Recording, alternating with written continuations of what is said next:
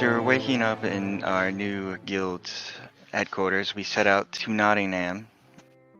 One to rest, and one to check out the sword and the stone. Each of us tried to pull the sword, and it seems as each of us had something strange happen. Or at least, that's the way it seemed to me. I dreamed of a song I'd never heard but knew in the deep. Rishii found him a blade that seems to destroy the other weapons he currently holds to repair itself. I don't know what the others went through, but it seems to have affected us all certain ways. During the night, we were awoken by a loud scream and a creature that seemed to be made of ice or some sort of energy attacked and killed a woman who was watching the sword. We chased after it, only to find it had scratched a message into the wall with blood, telling us to get out. We felt this was way over our heads, and left. Soul and Kadath found a chunk of tight metal where we brought it back, and everyone kind of talked with each other, and we got closer as a group.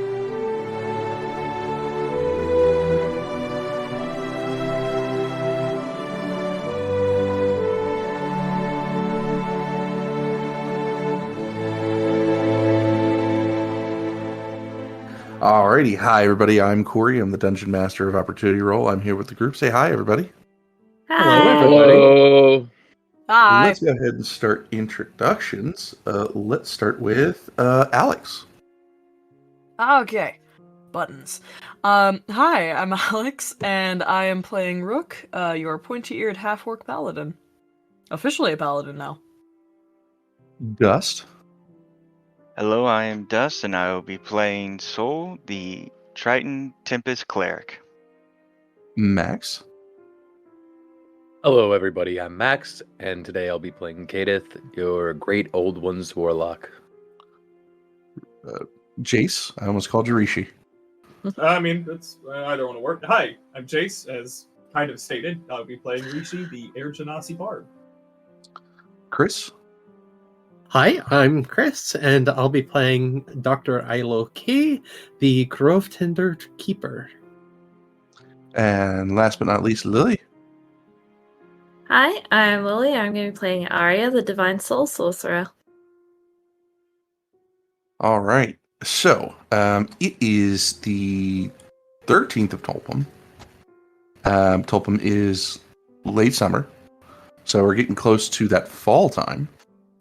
We're waking up early that morning. So let me go ahead and set the mood a little bit. Yes.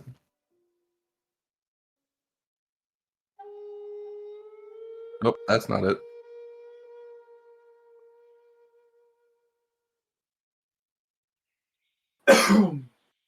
Excuse me.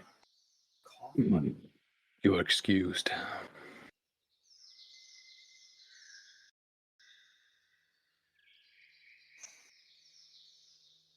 Get some songbirds. A little bit of wind in the tree.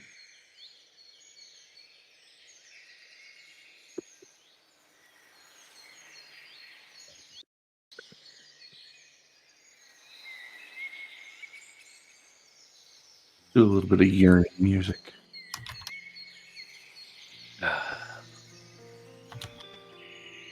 Earlier to sleep.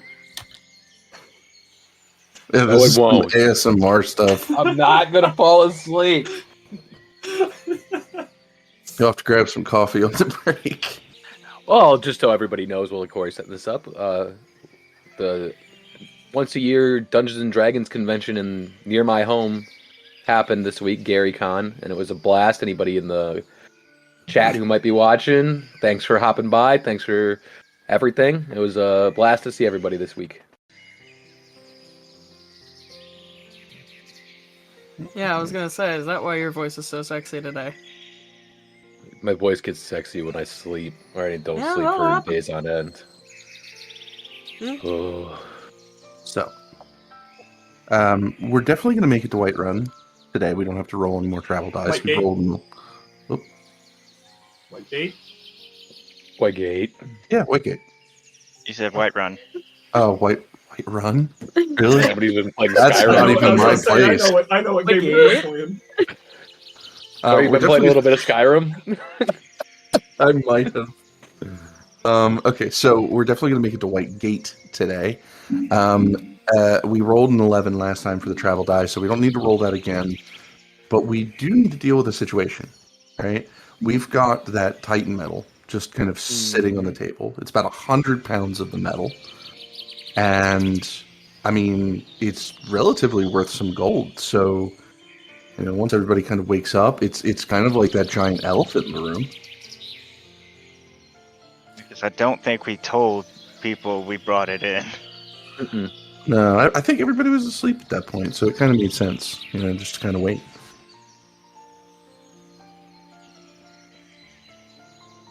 Well, Gentlemen, ladies, someone want to explain this giant hunk of bronze on the table? not bronze, Titan metal. Oh, I found it so you know outside. something. Ah, We found it outside.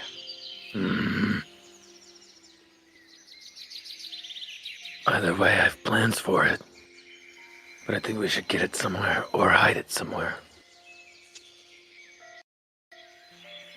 well, we have 3 big bodies that could probably carry it. It looks to be about 100 pounds, more or less, maybe on less. Split between the 2 of us. If 2 of us keep hold of it at the same time at all times, it shouldn't impact our run to Whitegate too much. We should get there, I don't know. I think we should bury it. And remember where we buried it. Come back when we're heading back to Kroka. It's very expensive. And people like expensive things. I'm sure we could put it in a bank if you're worried about it. I just don't know if there'll be a bank in Whitegate.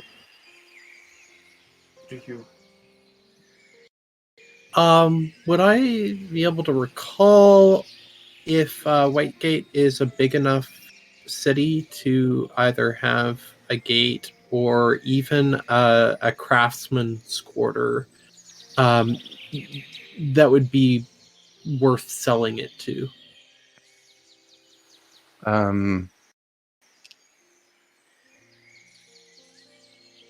Selling it, probably not. Piecing it out, maybe you'll get more.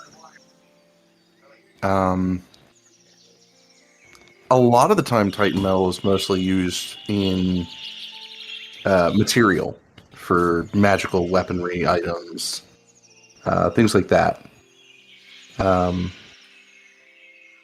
of 100 gold. If you could find a buyer, it might sell for about 1,000 gold, right? Kadath has plans for it. Yeah. To use it. He doesn't want to sell it. You'd need something to. So I sort of want to bury it until we can come back and get it. You could do that because cutting it right now is probably not a fantastic option. I don't think any of us would have the tools to cut such a strong and valuable metal right now. No. Or that, not even the tools, even the expertise. I mean, short of an arcane blowtorch, yeah. Probably not. I can't even spell arcane. Yeah, but Kadath will say, he'll reiterate that he wants to bury it until we can come back for it. And I that he'll suppose that's not a also, bad idea.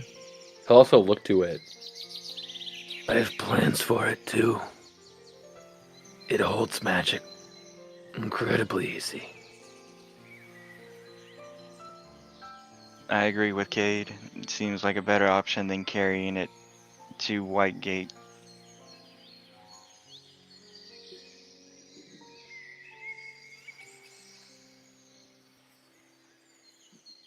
We can commit it to memory wherever we bury it. Could just bury it essentially here so that there's not too much committing to do. You know, not like right here, but 100 meters that way kind of thing. Maybe back where we found it. Off by the edge of the woods. Was it in an away spot? Like it wasn't too noticeable or obvious? I wouldn't have caught it if the moons hadn't glinted off of it. Okay. I'll trust you to that. I am not the best at digging or finding or burying or forging. I've been known to dig. Don't want to get your hands dirty. I mean, I don't. You do what you're good at. Some people are good at digging, some people aren't. I'm not. I'm good at looking pretty and occasionally helping people, but mostly just the pretty part. Now that I'm All right, part of this, Kadath. I was gonna say, now that I'm part of this guild, we should vote everyone on it. It's not just up to me. I think it's a good idea that if you have plans to use it, I could certainly think of a few crafts that I have up my sleeve that I could use such a metal for as well. Perhaps we come back and retrieve it like you say.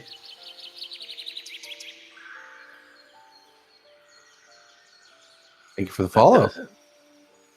I'm ready to bury it. If you're willing to find a spot for it, I'll dig a hole.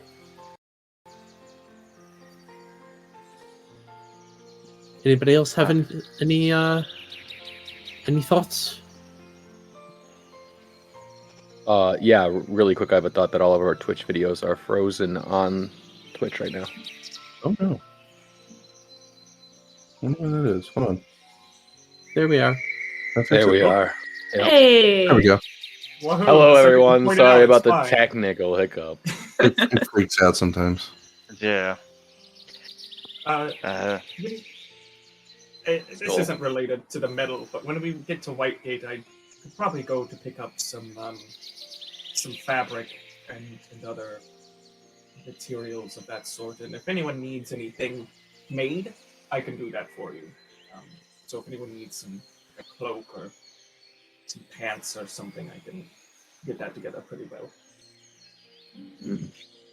I would happily take you up on a cloak. Okay, just let me know what color scheme. It kind of depends on what they have available. We can go together, actually, if you're okay with that. That would be nice.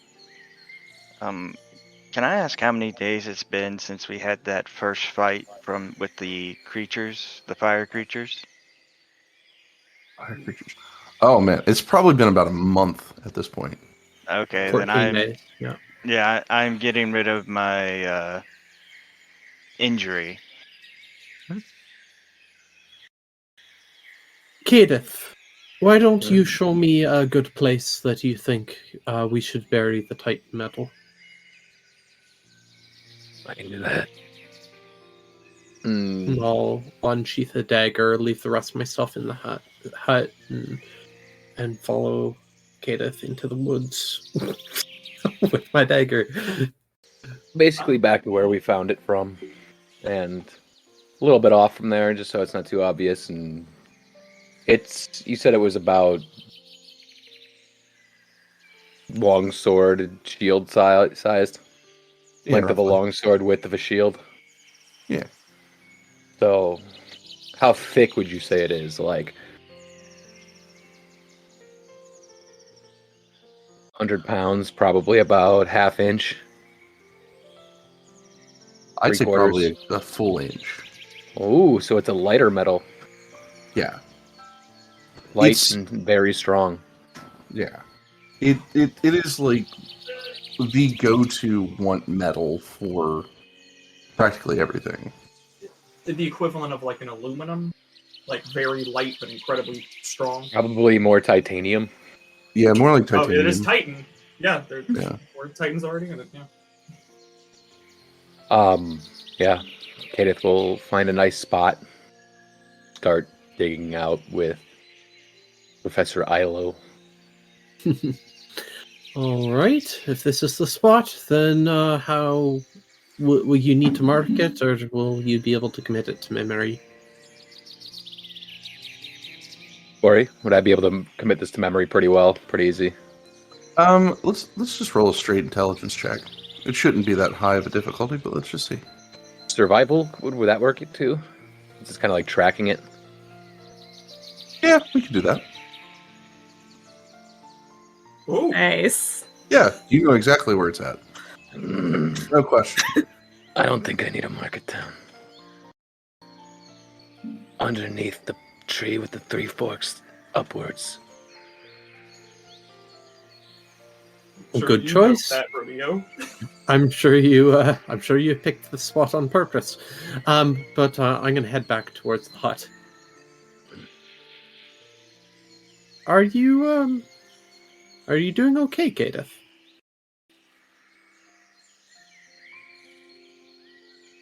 I In your mind, he'll change to his speaking in your mind. I'm fine. Why do you ask? Well, it was a bit of a scare back there in Nottingham with the apparition and everything. I guess you're kind of maybe perhaps used to such horrors. Not anymore. It's been a while since I've dreamed. But didn't like that. No, I doubt it was pleasant for anybody, especially the poor woman who perished. Hopefully, we'll do her some justice when we get to Whitegate. But I felt guilty yes. about it. I feel guilty because something happened while I was out there near it. Could have cost Aria her life, could have cost me my life, and it did cost that poor woman her life.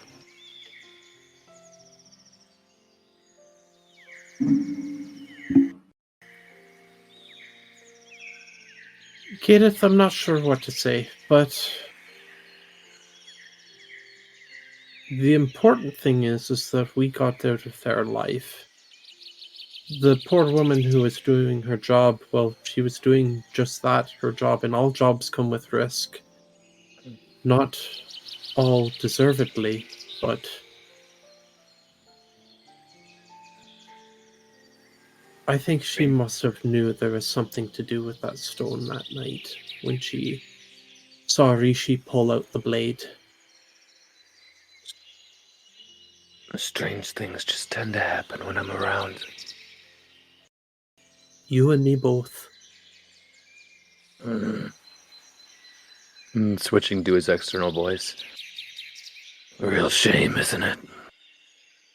It is. It is.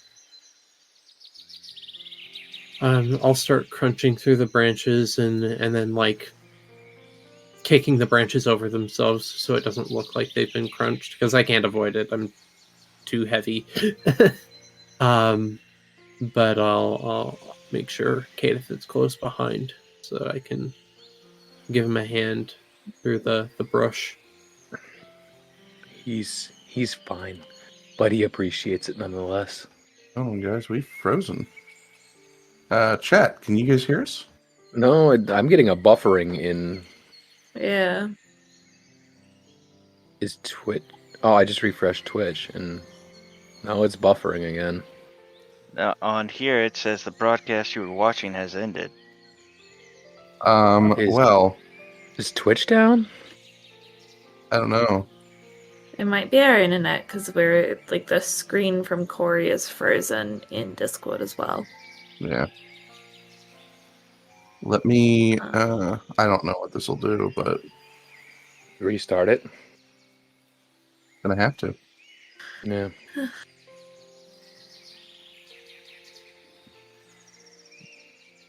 I don't know what I did, but like I can't. Oh, there's a curd will cause stream is closed. Do not worry for streaming or recording. It's still happening in the background. Okay. Okay. Let's try opening it again. Feel of the cat's paws. He's just decided that that's where he's gonna sit. All right. Oops. Roleplay. Go live. Confirm. That's okay. I don't care if it failed to post on Twitter. I'm not sure what happened. It just stopped. I have no clue. There we go.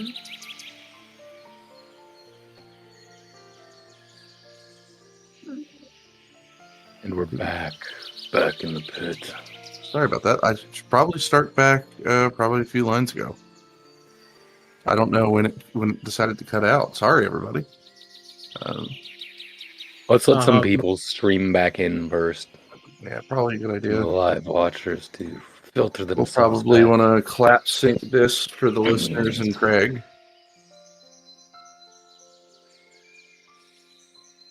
I don't know what you did, but I didn't hear that. Yeah, I didn't either. Waiting for a How's that? countdown. There's my clap sync.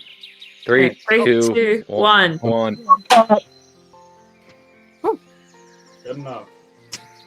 My microphone, I think, cancels out noises like they get too loud. Like the spikes.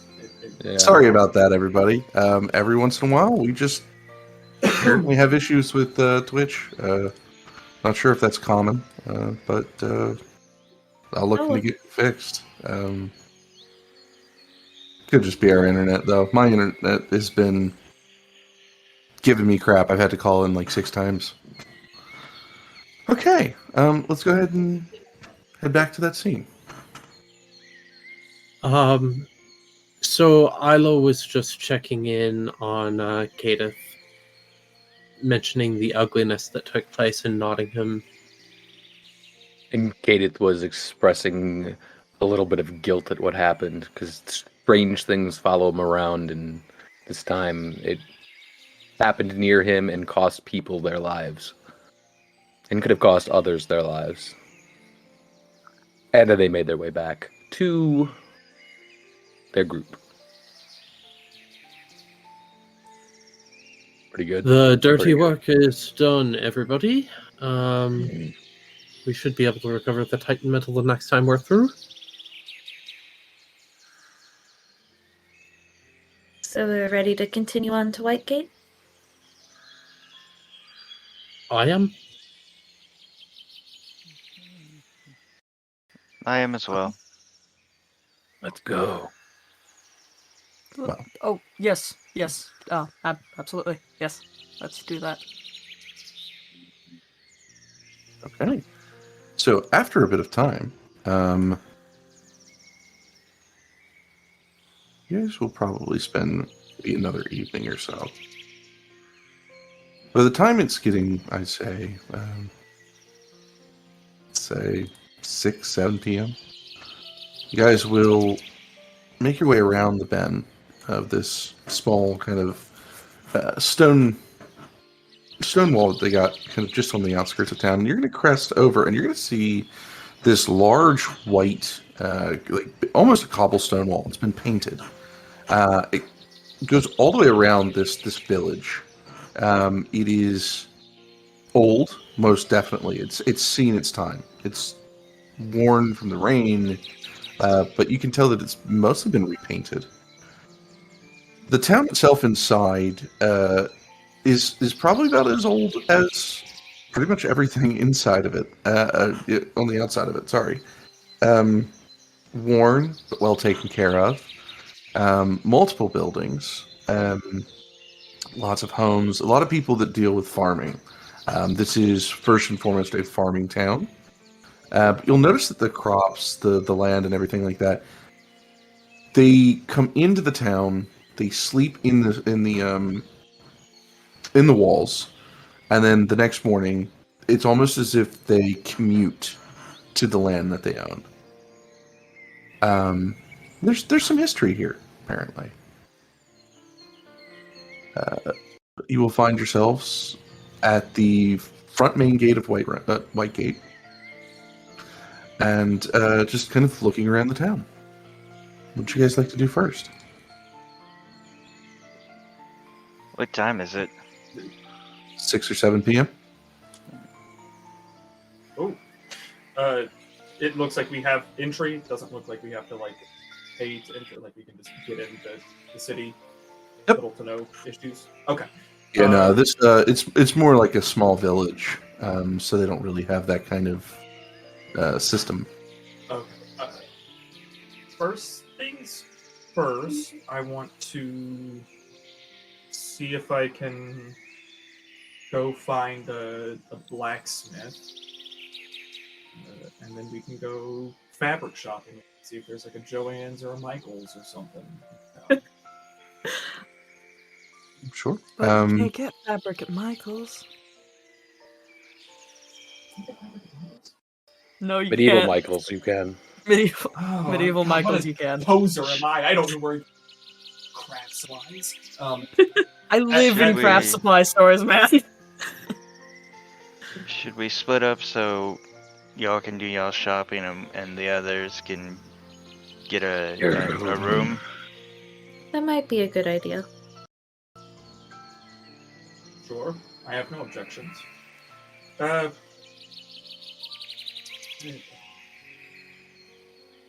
Rook, would you care to come with Aria and I? Perhaps I can get you something, a new cloak with a nicer, deeper hood for yourself, one that won't come off as easy should someone pull on it.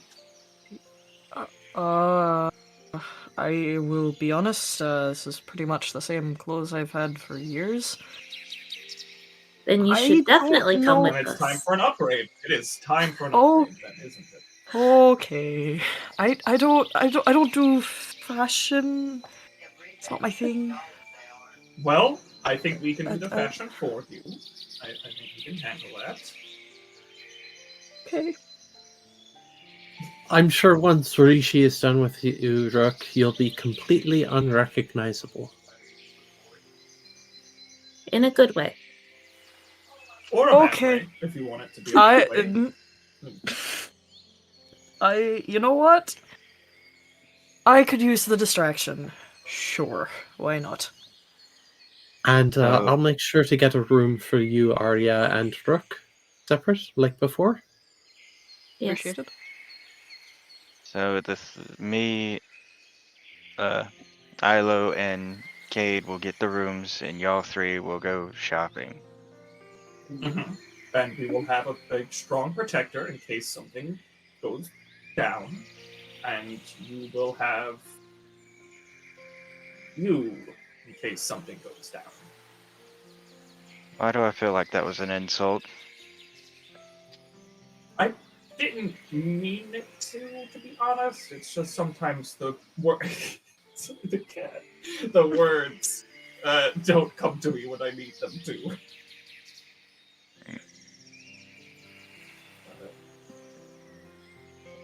Very well. She'll start walking into town looking for an inn. As we walk in, Kadath will speak into the soul's mind. Strange how he can judge your ability to protect when he spent the entire fight on his back. He just chuckles. Well, an inn won't be hard to spot. Besides the few small houses that there are, there's really only one tavern. It's called the Sunflower. It's not particularly large, but it's not also particularly small. It should be enough for your party. It seems to be rather popular. A lot of the people in the town seem to kind of come and go from the front door pretty frequently.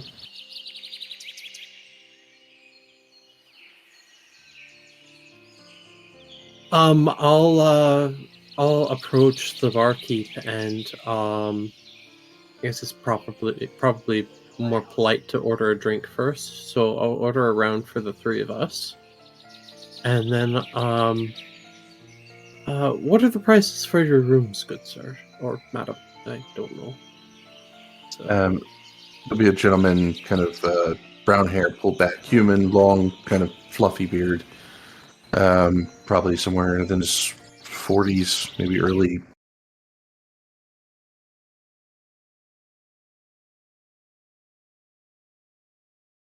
About 5 or 6 copper.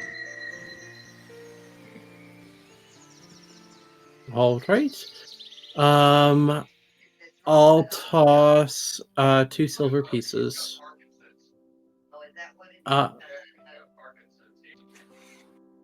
And I will just wink and say, just send up whatever is cold at the end of the night.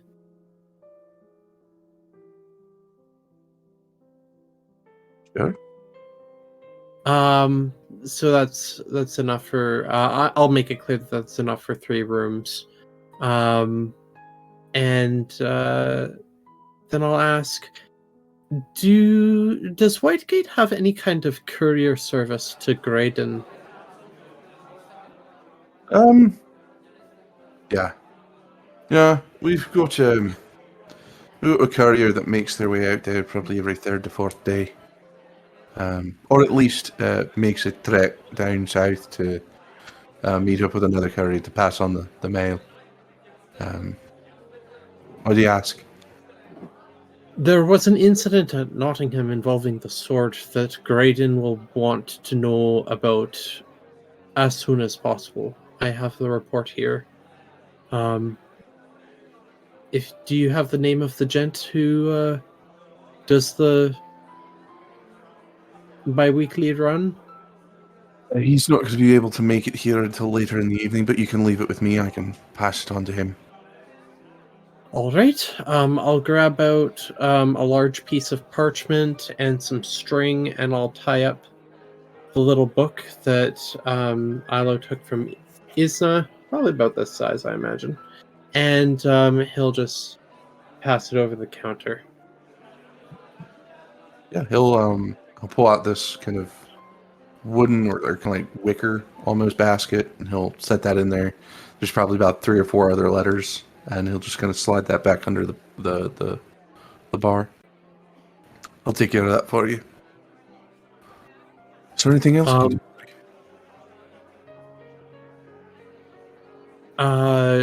If there are keys, we'll take the keys, and we'll be back No to our keys yet. beds. All right. Then I think that's all. I think you might have a performance on the way, if you have a stage clear later this evening.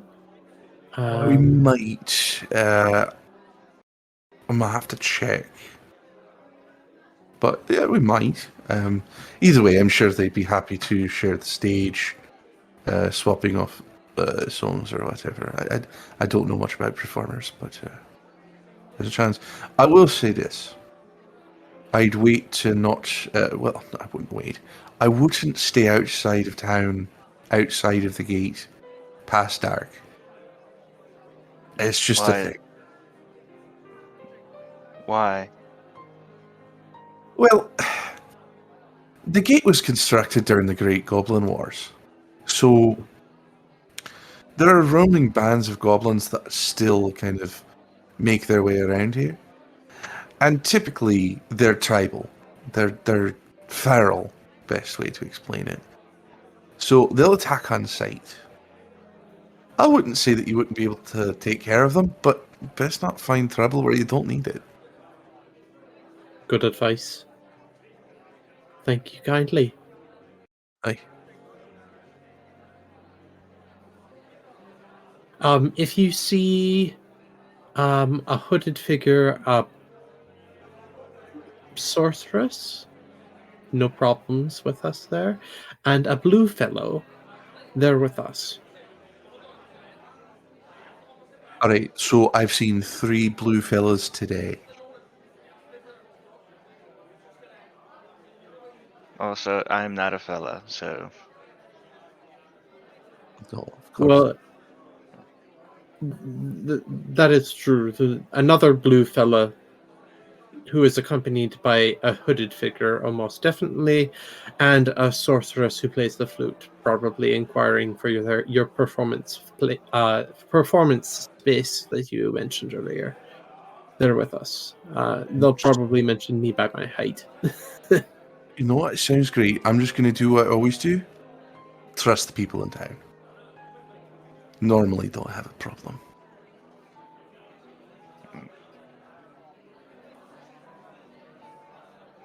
I mean, unless we have a reason to, like, go out and shop, we might as well wait here. Have maybe one of us outside looking for them. Could I interest you in some grub? Absolutely, on my part. I pull out like a small menu. It's nothing fancy. Roasted pork belly. Maybe there is some fancy like egg omelets kind of going on. A lot of cheese in this menu. Some cheese sandwiches, a little bit of tomato soup. Well, why don't y'all eat and I'll wait outside and keep an eye out for them. Thank you, Soul. I'll make sure that Kadath has something to bring up for you if you get hungry in the late hours. But Barkeep, I'll be having the omelet and soup. Enough? Love the same. And I will head outside, wait by the door, basically.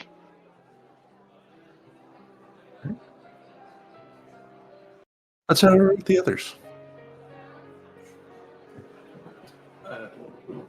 Okay, so with the others, the first stop at the blacksmith. Honestly, I just kind of wanted to give the cracked dagger and the broken short sword, just kind of toss them in, like, I don't want these anymore, Ben, and pick up another dagger. If I could possibly do a trade-in value, I would love that. If not, I will absolutely just pay for the place. Is that dagger currently damaged in any way? Yeah, that's the one that got chipped whenever I was the sword. Okay, I will say that there will be a sign, kind of in the trade-in area, that says we do not take broken or damaged goods. Damn. Well, I'll do I assume maybe, I don't know, it's like a bookstore thing where they have the like for free bin outside. I'll just toss those out. I don't need them. I just don't want them in my inventory. Fair enough. And Like then, yeah, to a good home bookshelf situation. Mm-hmm. What's up, Alex? Can I just do a quick sweep of the room and just see if there's anything that I might find interesting? Sure. Maybe like a flail sharpener or something, like for sharpening the points on it. I don't know. I don't know. There is what they would call a morning star flail. It is basically a morning star that through multiple options you can kind of click and pull off the head, and a chain from the handle will come out. And so it turns basically your morning star into a flail. That's actually really cool. I don't want to get too heavy into RP. How much would that be? 200 gold. Yeah, no, we're not fucking with that. Okay, Something to great. come back for. Yes, 100%. Or ask somebody else to make for less money. Steal it. Steal it. At this point, nobody's really got intellectual property if you go far enough. Yeah, true. No one's invented the copyright library. Copyright laws. Yeah. Rook will stare longingly at the Morningstar flail, and then consider stealing it for a second, and then think back to the conversation she had with Aelo the couple days before, and not touch it, and walk away.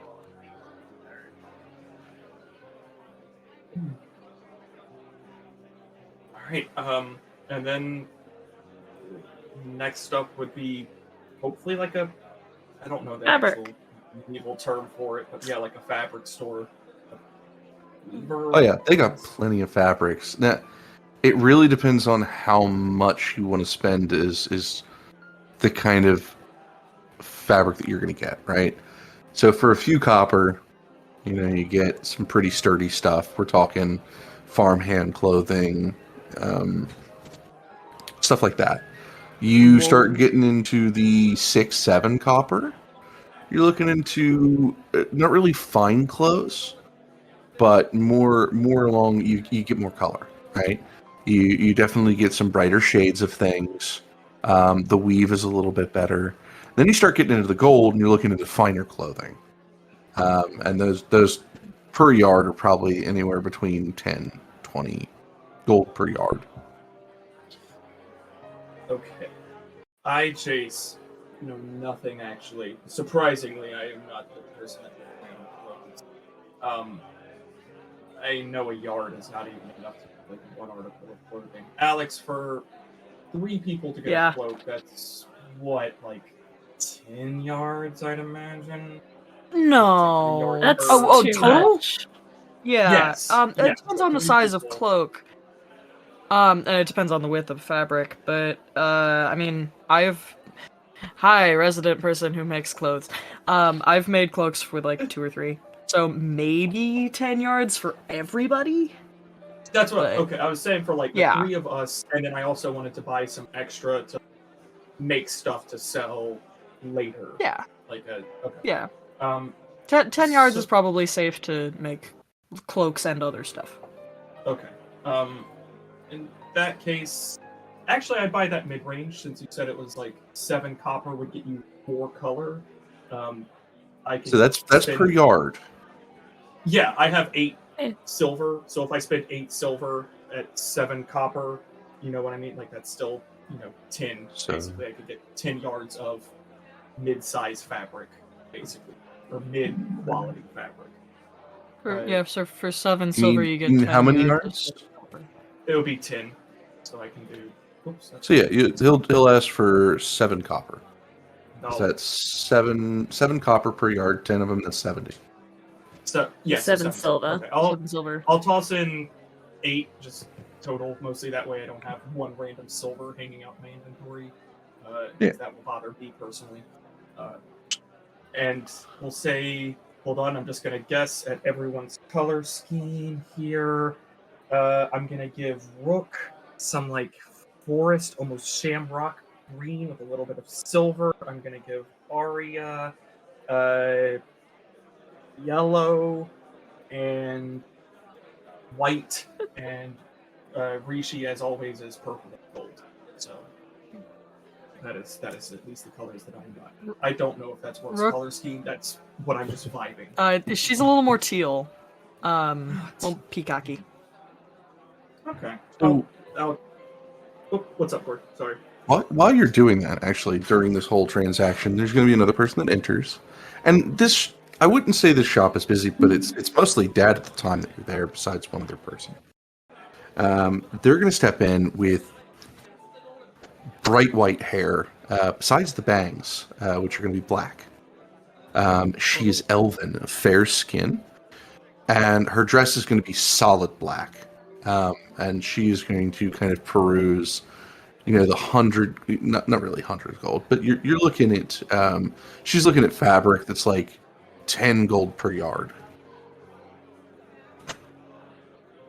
So she looks like she lives in a Hot Topic. Let me show you. I would love it, please. I need Oh, to zoom gotta out. zoom out. That's a real zoomed out. Yeah, Oh, I would. Yeah. Yeah. Okay. a little bit of Hot Topic vibes. Nothing wrong with Hot Looks like a Topic. girl that I used to know that actually would be in Hot Topic all the time. Kind of glance over at her, glance back at the fabric, and go, I hope this works. I like the texture of it. Got good texture. Are you are you talking to her about her fabric? No, I'm talking to Oh, Rishii. I Rishii. kind of clock her and then go back to Rishii. I mean, Sorry. it'll do, but it'll do. It'll. Yes, it should work. I'm not looking to. See, it's a cloak. It's going to get dirty. It's going to get wet. If you want something fashionable, we can work on that later. But for now, just want something that'll replace what you've been wearing for years. You said. A while. Yeah. Okay. Do you want me to buy you enough fabric to make new clothes as well as a cloak? Would that be comfortable? I mean, like I had clothes. I just left with a very limited number of clothes, and they were my clothes, like old stuff. So, I mean, I trust your taste better than mine, but I'm not gonna ask for a handout. It wouldn't be a It's not handout. a It would be something handout. between friends. Exactly. Okay. And Okay. who also were guildmates, so yeah, that's kind of what we Yeah.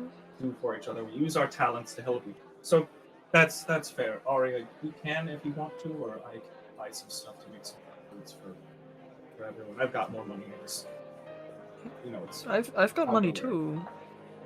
I just can't pick colors well.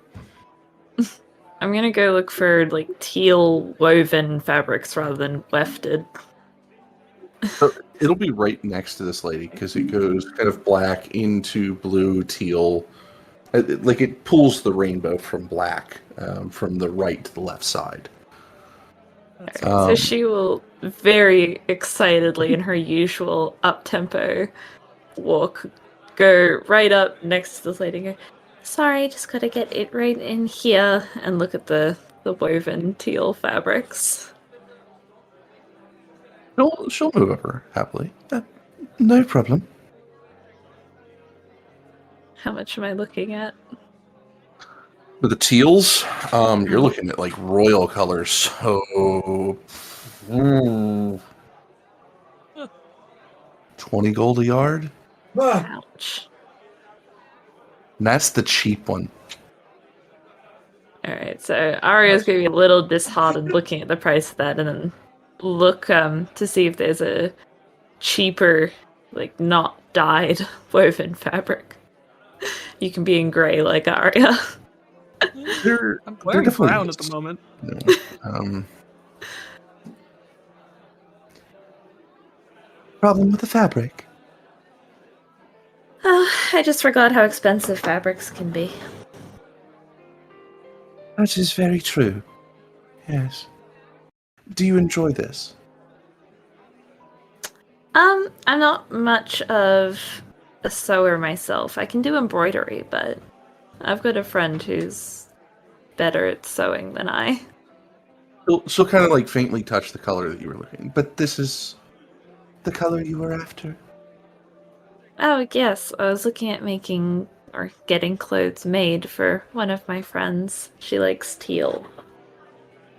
She will. Can't tell the difference.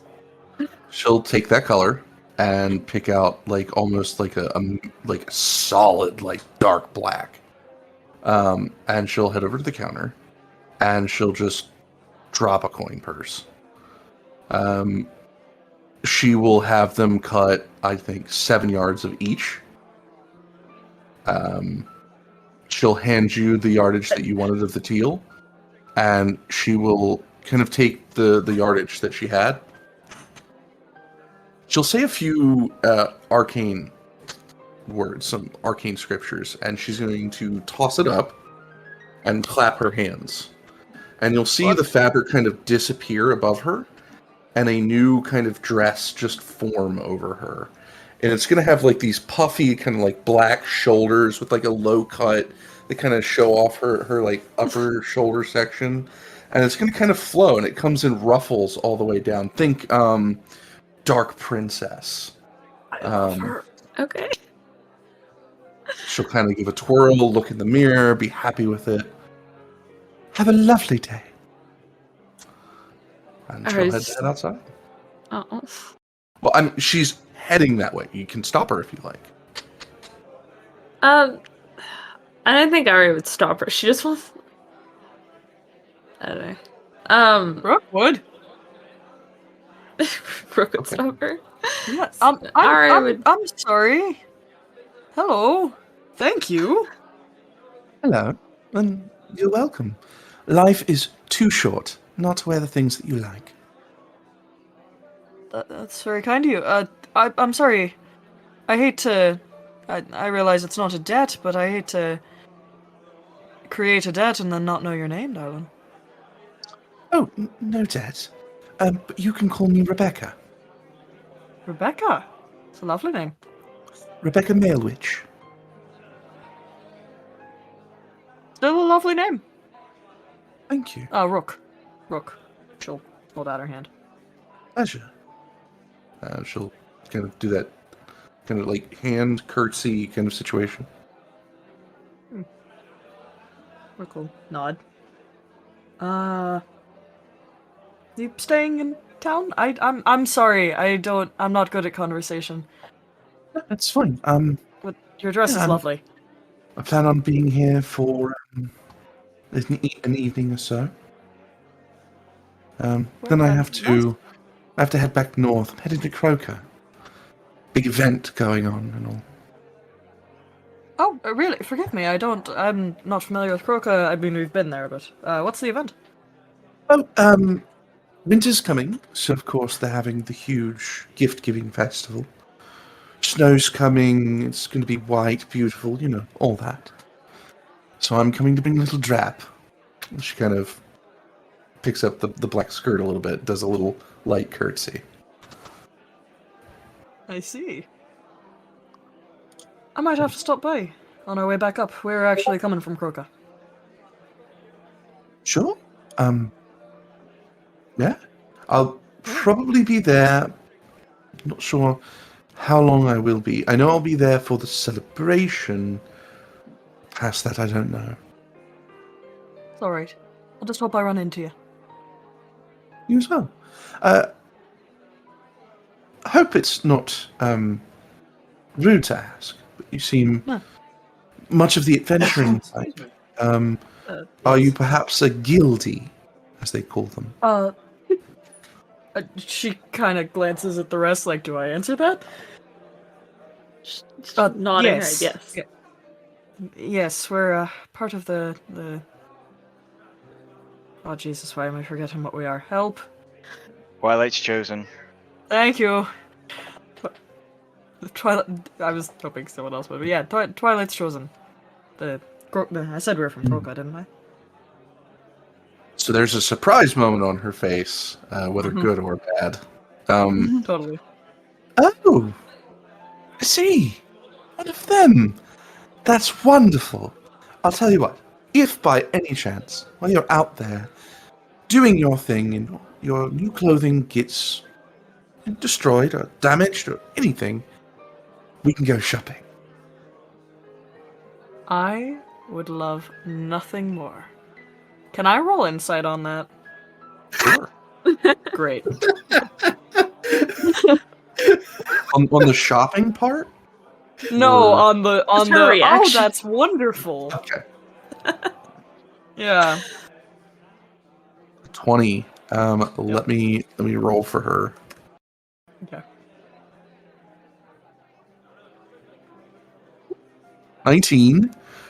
There's a bit of displeasure, but like it's like that Oh. displeasure of like, oh, that's not for me, kind of thing. Maybe this is what you're kind of getting off of it a bit, or like, oh, that's a tough life, kind of.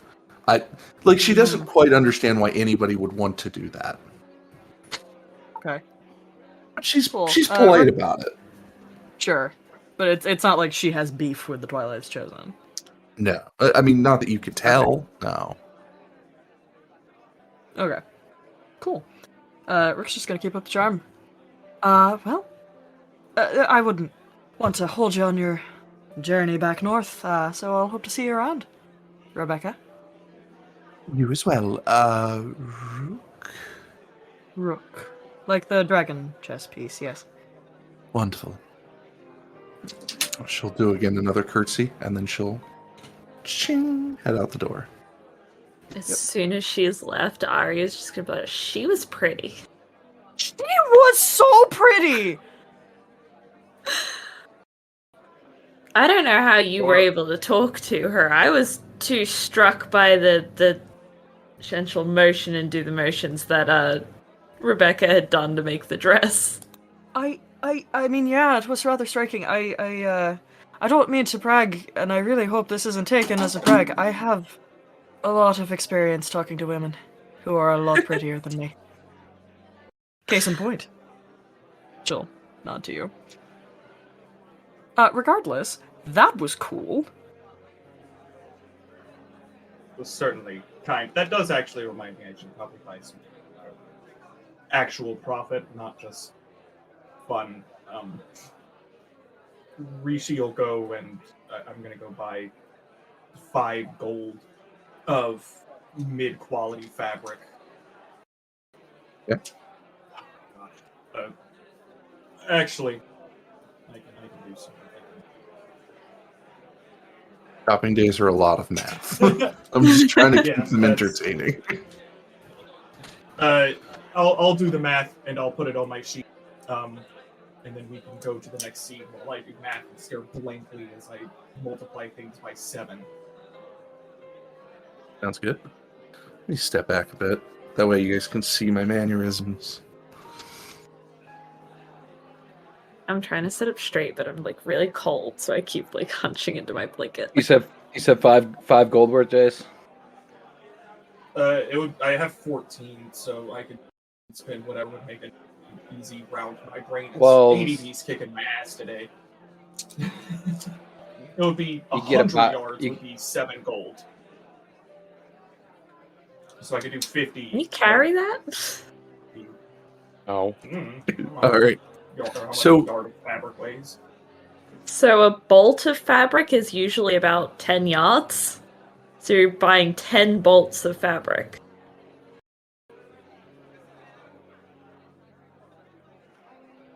I'll let you do that math. Yeah, that's what I'm saying. That's not good listening. Would anybody else like a different scene? Or should we reconvene as we all kind of meet back up at the tavern? That sounds good to me. Jump into the tavern. So it won't take much longer. You guys do the math, you get all the fabric you need, and you guys will head back to the tavern. We'll say it's probably getting a little late, so about 9 p.m. Sun's kind of gone down. It's dark outside. The tavern is getting a little bit busier. You've got a lot of like clinking of glasses, and people are drinking, having fun, and just pretty much a rowdy kind of scene going on. Turn that down just a little bit more.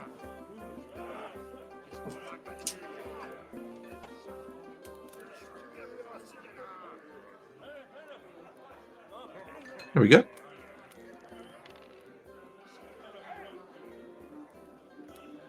So, do the three of us see the three of them come in? Oh yeah, at this point you guys have already met up, said your hellos. Just kind of, just within like the first 30 seconds, you guys were just standing in the inn. Aria, Yes.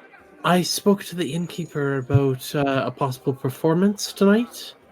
By you, of course.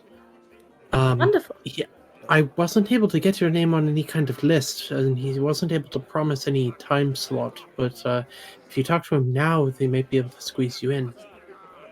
I will go do that then. Thank you for at least talking to him for me. My pleasure. And she'll wander over towards the barkeep. Hi, how can I help you? Hi. I was hoping to be able to perform tonight. Feel free.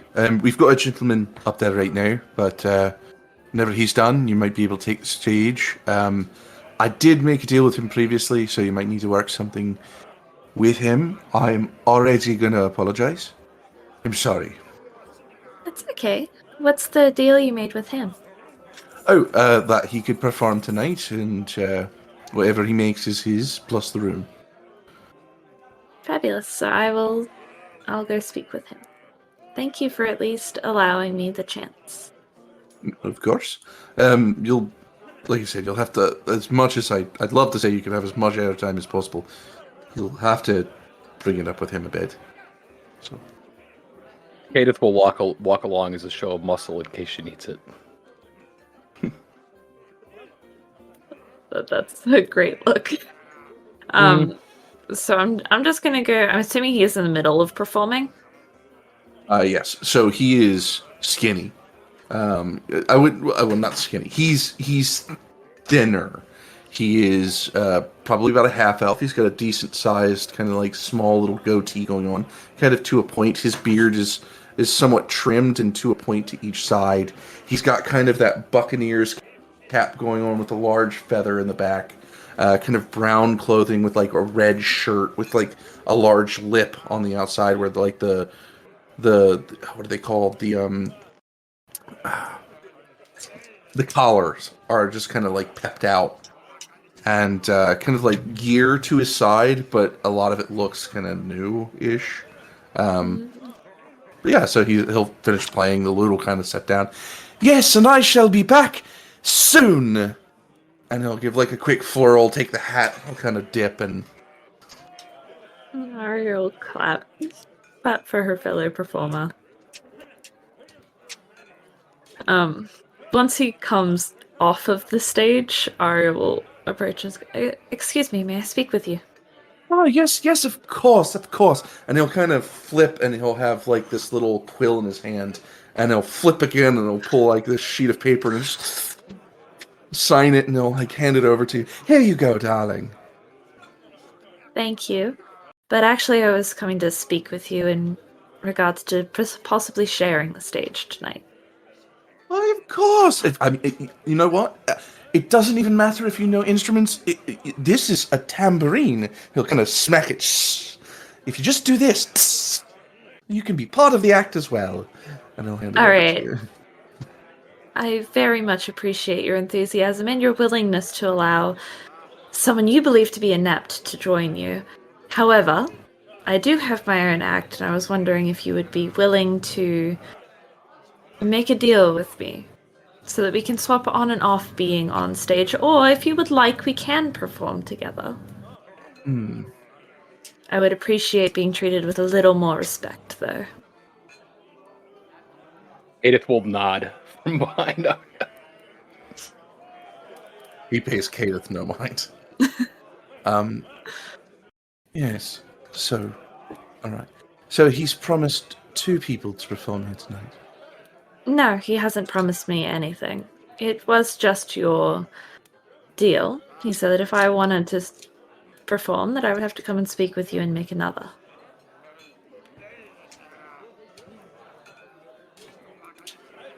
And I was just going to give him a very sweet smile. 2 songs. 2 songs would be fine. Deal. I mostly make my money off of performance, of course. But judging by your burly, dim-witted muscle behind you, I'm sure you have other means of making money. So, I'm not trying to be rude, but I do have to make a living. And, unfortunately, stage time is the only way I have to do that. I can appreciate that. Kadath is not dim-witted muscle, although I appreciate that it might look like that. He's just a dear friend who cares for my safety, and negotiations like this haven't always gone well for someone like me. Fair enough. I guess. I mean, like a Kadath buck will- and wet, but sure. Kadath will reach into his pocket, pull out a gold, and flip it at the man. 2 songs worth. Good. Fair enough. Sorry about the dim-witted comment. He'll Thank tuck it you. into his pocket. Stage is yours. Alright, so Do you have a preference on when I take the stage, or am I allowed to go up when I feel? Right when you feel. I'm taking a quick break at the second, so if it fits for you, you may. Otherwise, we can just kind of chill for a minute. I'm looking at a very special drink, so I will be back. And he'll head off to the counter. How We many get sea- people? Can we get sea breezes here, Corey? Sea breezes, no. Damn. Unfortunately not. Sea breezes are in Holly Mead, There you go. but Next not town. here. You need kind of like closer to a coastal place for a sea breeze. I know. What they have here is called the roaming field, and it's a green, grassy, like almost a mossy kind of thick bourbon drink, which is very awkwardly delicious. But that's actually what you're going to see him get, because it's just going to be this rather large mug, and they're going to pour in this green kind of almost drink, which has this very nice foam to it, and they're just going to sprinkle a little bit of cinnamon on top as that brown just kind of clusters into it. Okay. Can I ask something real quick? Sure. Did we hear him talking? Like, we hear him say anything, or was it just loud enough for those two to hear? Probably just loud enough for those, mostly because the stage preparation area is off to the right, and the sitting area is kind of more to the left. That gives the performers a little bit more privacy to get the acts ready, communicate to each other, so that the listening crowd don't really hear much of what they're saying. You Well, also he's said lucky that then. the crowd was rather packed too, Yeah. for the inn, so there's probably a little bit of chatter. I also remember that there was a question about how many people are in here. You're probably looking at about 40 people, so a pretty packed house for a place like this.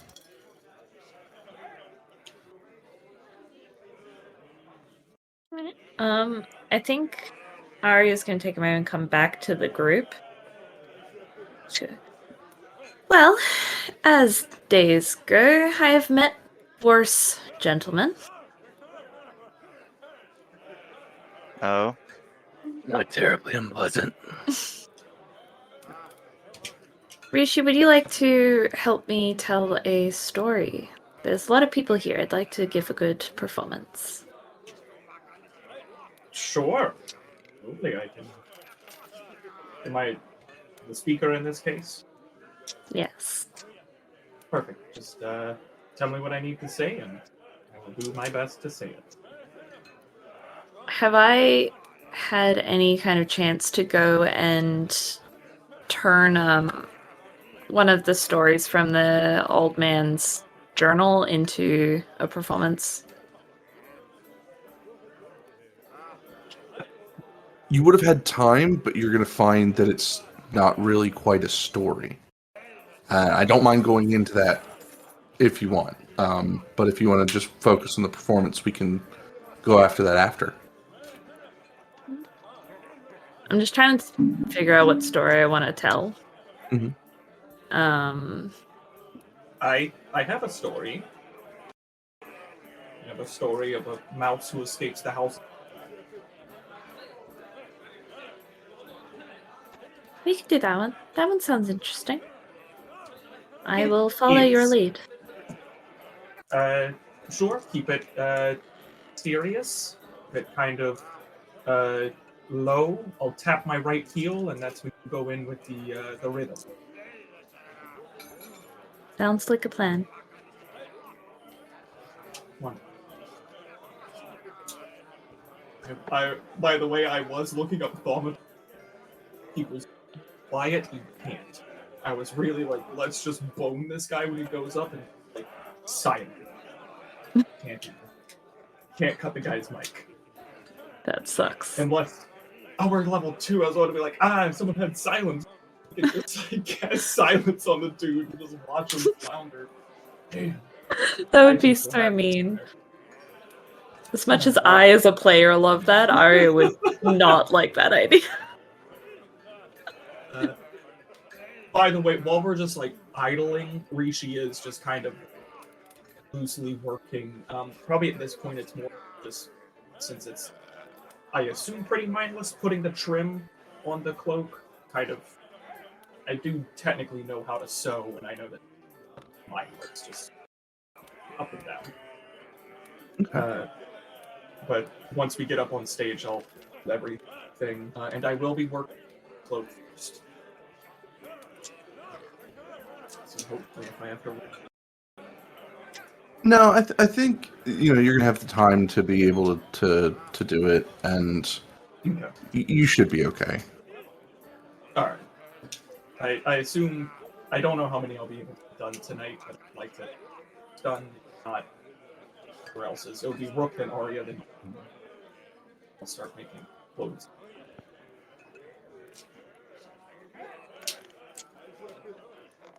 But you can go up on stage, and I actually I can tell. If need be. Performance with advantage. Yeah. I'll use prestidigitation like I always do. And I Help also with the can melody. do prestidigitation.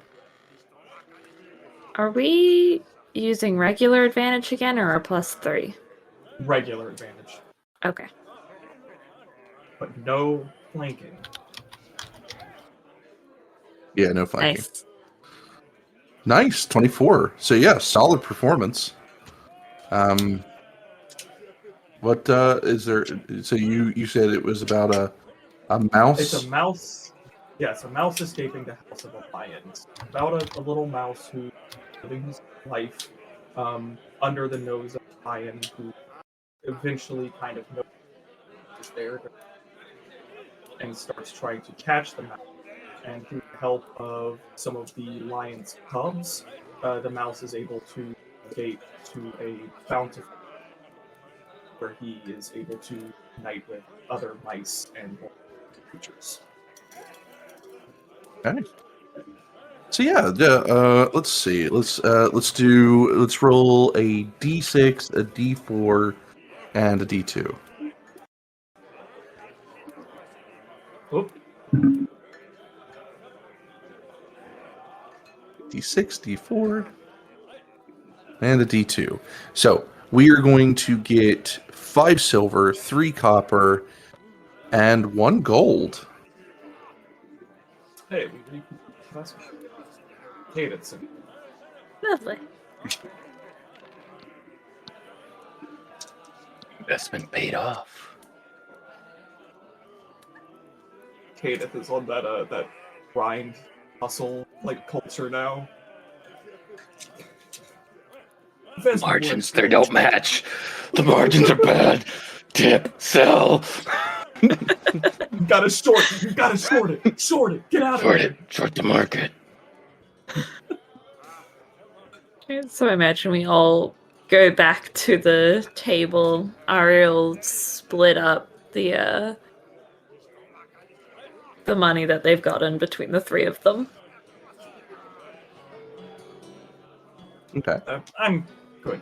The performance is an art, and eventually, since you're performing in every town, eventually I'll be up there, and then I can be like the opener, but like also here kind of thing, the little asterisk.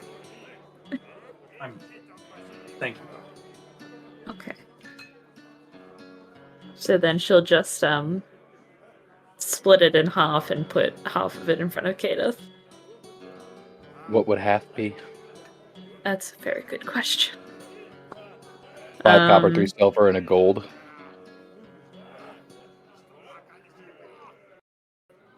I don't know what that roll is for. That makes me worried. That's for me. After you're done, the gentleman that you spoke to earlier will return back to the stage. He'll do a very sultry performance of adventurers in the desert. Yeah.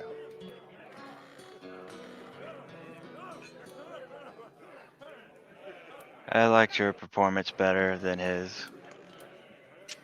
Same. I don't see why it had to be so sexual.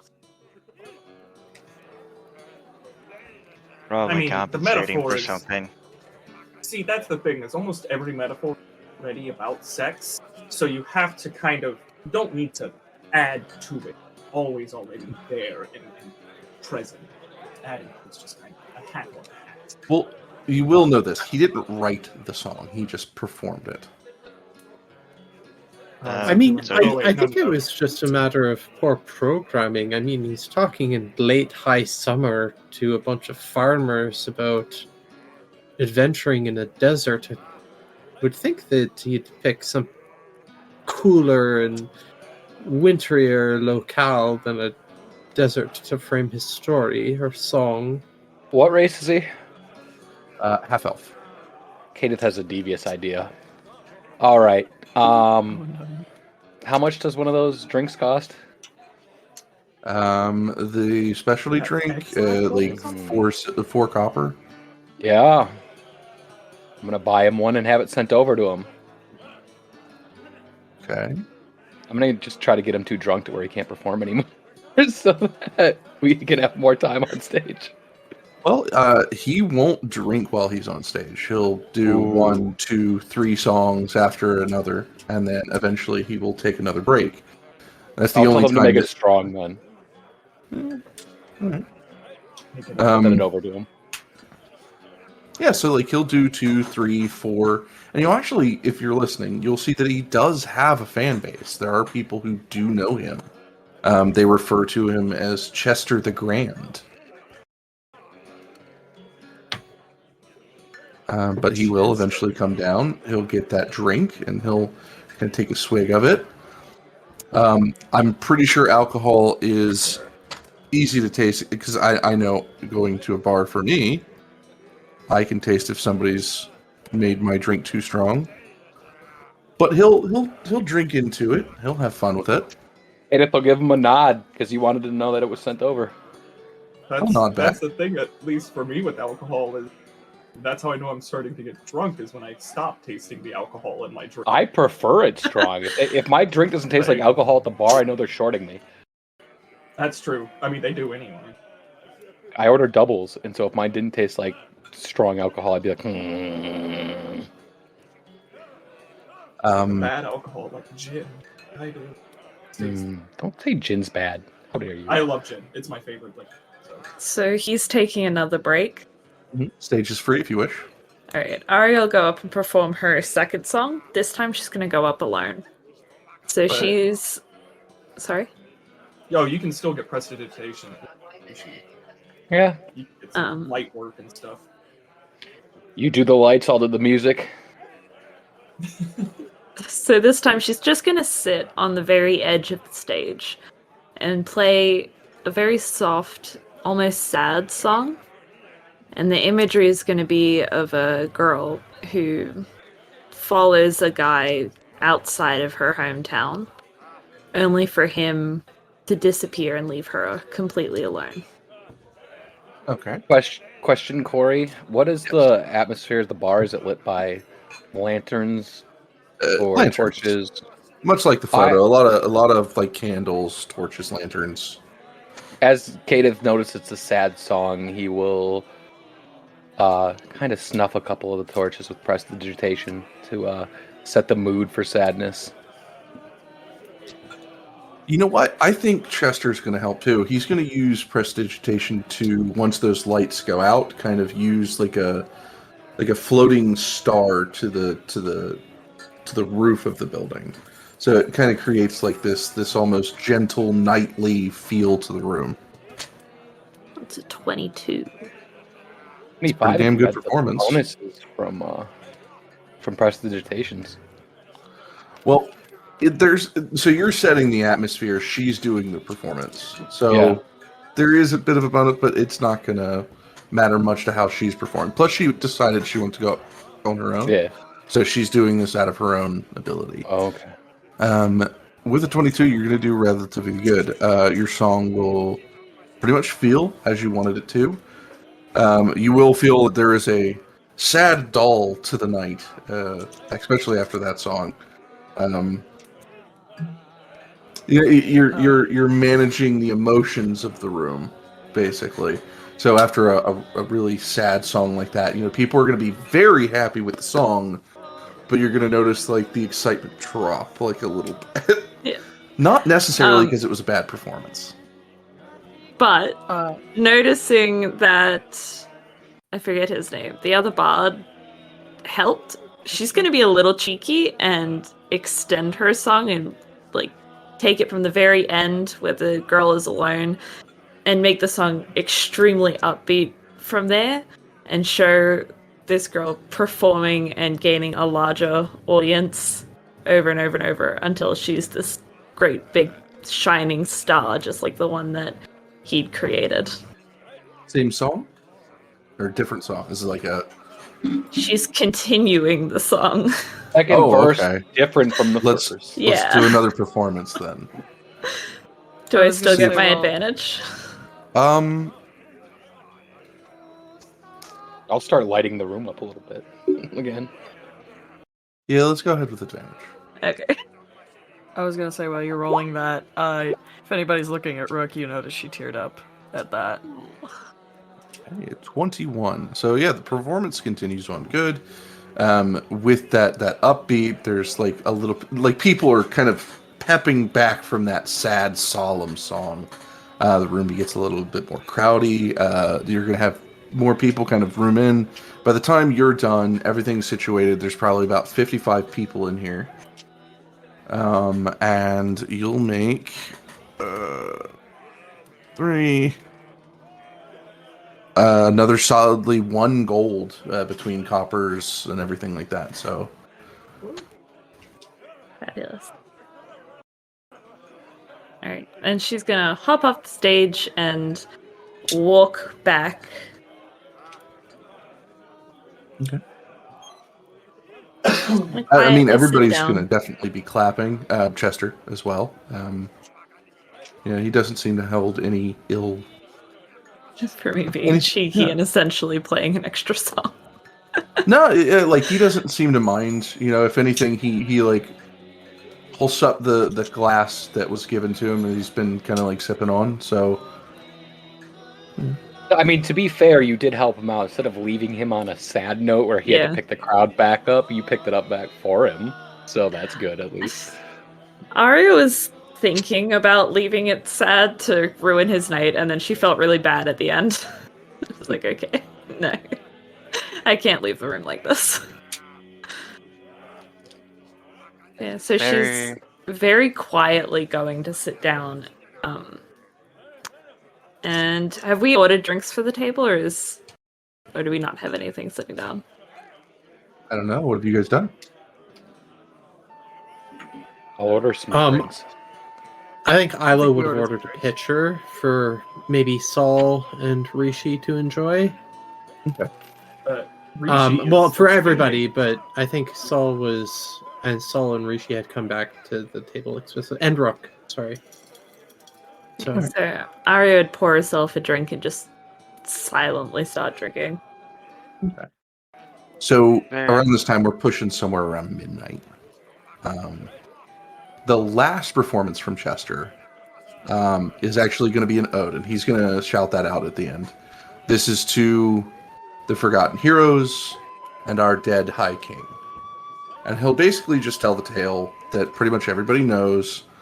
An evil creature came from a place that no one knows, tried to destroy the world. They stood up against him.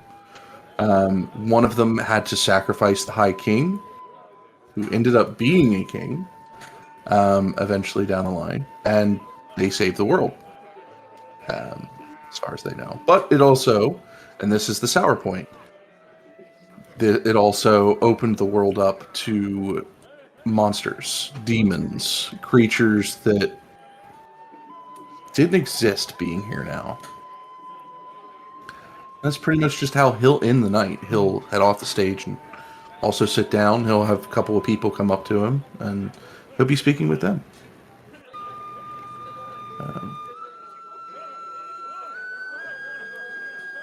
Let me get that song, because that is really loud. Kadath will send a message telepathically over to Aria. And He's noticed that she started drinking a little bit and being quiet, and that's not her normal self. Wonderful performances. Do you mind teaching me how to read some more tonight? I was just gonna smile and nod in his direction. Well, out loud, and then he'll say, "Cheers to a good night. Oh, it's been fun."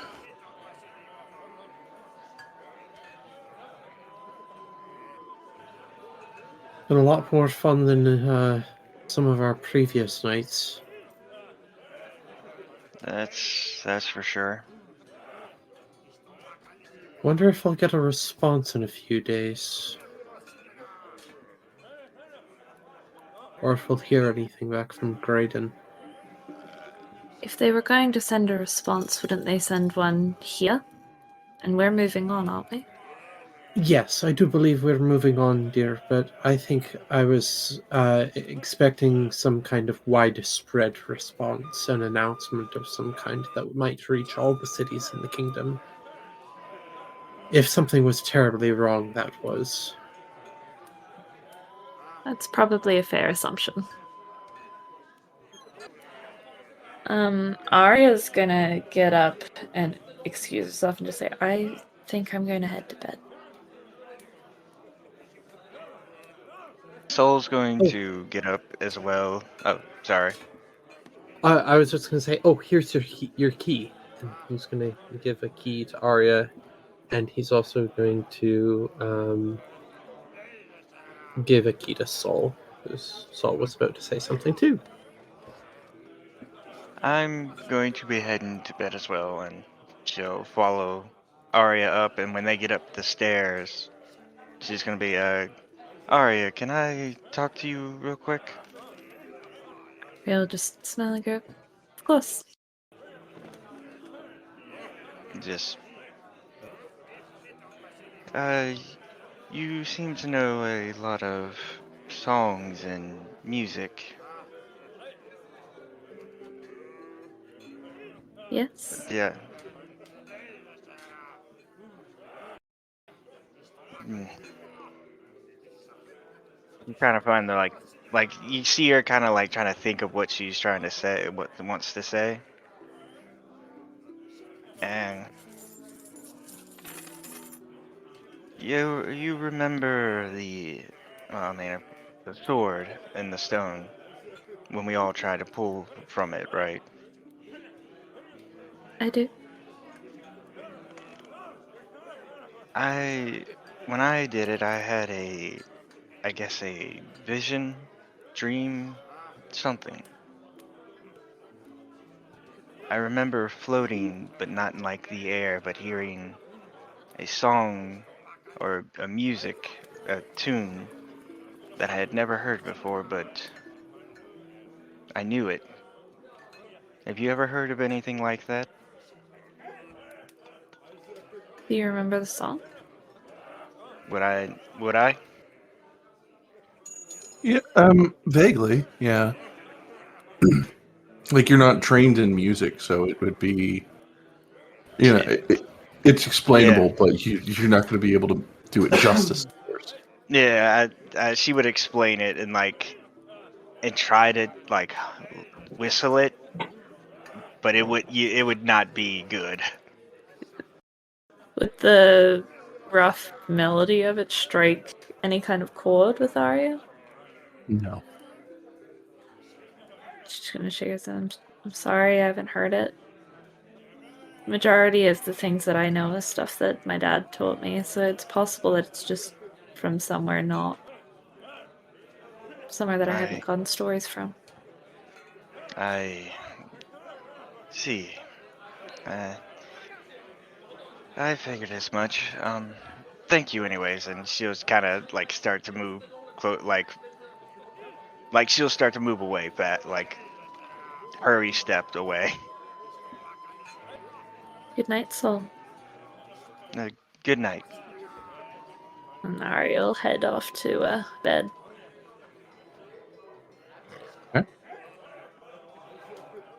After a while, after a couple drinks, Rook will stretch, sigh and say, I'm gonna go check on Aria. She seemed off. Good night, all. All right. Good night, buddy. Don't anybody's called me buddy. I like that. Rook will head up to their shared room. Knock. Aria will just open the door and go, "Oh, you're coming to bed Hi. quickly." Yeah. You cool if I come in? Do you need a minute to yourself, or? No, it's your room as well. And she'll wander back over to the bed. I know, but common decency, you know. Rook will walk in. Slowly take the armor off. She's been wearing it most of the day. Are you okay? I think so. It's just been a lot these past couple days. I can understand that. Your performance was lovely. Truly. Thank you. It's Well, not often I for- tell stories that I've written on my own. That's one of yours. It is. Doesn't come from experience. That might be a story for another day. Fair enough. Fair enough. But yeah, it was lovely. I always forget how music has a power to make you feel things. It looked like it hit you a little more than anticipated.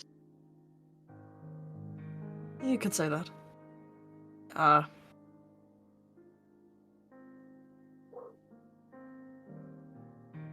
Hey, do you mind take my hair down? I'm just gonna get ready for bed as we talk, but she'll just start untying the braid as is her nightly ritual.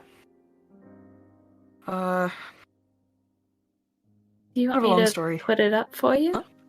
Your hair, it looks... I don't want to be rude. It looks like you've had it in that hairstyle for a long time. Would you like me to do something convenient. else? I'm not gonna object. I suppose for doing new looks and all of that, I'm not gonna object. Sure. If you let me do yours. That sounds like a fun night. Yeah, it does. Perhaps you can share that long story of yours. Perhaps. It's not a happy one. Not at all. That seems to be the theme. Yeah, when you're born sad, you kind of stay sad. I suppose. Ariel motion for Rook to come and sit, probably on the floor in front of the bed, so Yeah. she can actually reach. Yeah, because Rook is very tall. Yeah, totally. Rook will sit. I'm curious how you're gonna do their hair. Well, first we're gonna brush through it, and Ariel start like braiding the sides of her hair, to keep okay. it down, and pull it into like, I don't know, I've seen it, where it's like all down the back, but it's all braided, but not in like one braid, and like many, many, many braids all put together. It's like Viking-y, Rapunzel-y, that kind of vibe. Oh, heck Exactly. Yeah, okay. Cool. So we're gonna spend time doing a very intricate set of braids, just for the fun of it. Apparently. Okay, I love it. Yeah. Rook will start talking, I guess. First of all, promise me this conversation doesn't leave this room. Done?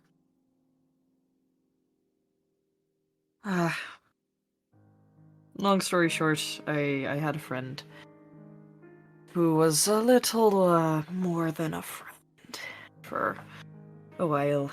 Her name was Bishop. Well, it wasn't her name, but it's her name in the same way that Rook is my name. It's just what we call ourselves. It's a running But joke for a not the while. definition of a name, regardless of if it's the one you were born with. That's fair. That's fair. I don't connect much to my birth name. It's well-meaning, but it's a name. But Bishop, she was lovely. She was a tiefling, actually. You know, red skin, horns, all the above. And we were friends for a long time. She helped me get through a lot of dangerous stuff and get me out of a very dark place that I was in as a child. And then we did some jobs together. Most of them were her idea. I can't say I'm good at planning or anything like that, but we worked well together, I suppose. And then things went south, and she had to flee. I presume. I don't actually know what happened to her. But I always felt like she abandoned me, in a way. I don't know if it was on purpose, but she never came back, and I imagine if she wanted to, she would.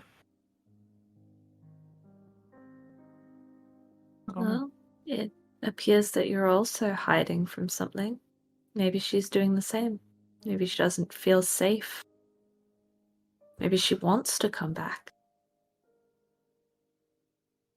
I don't know.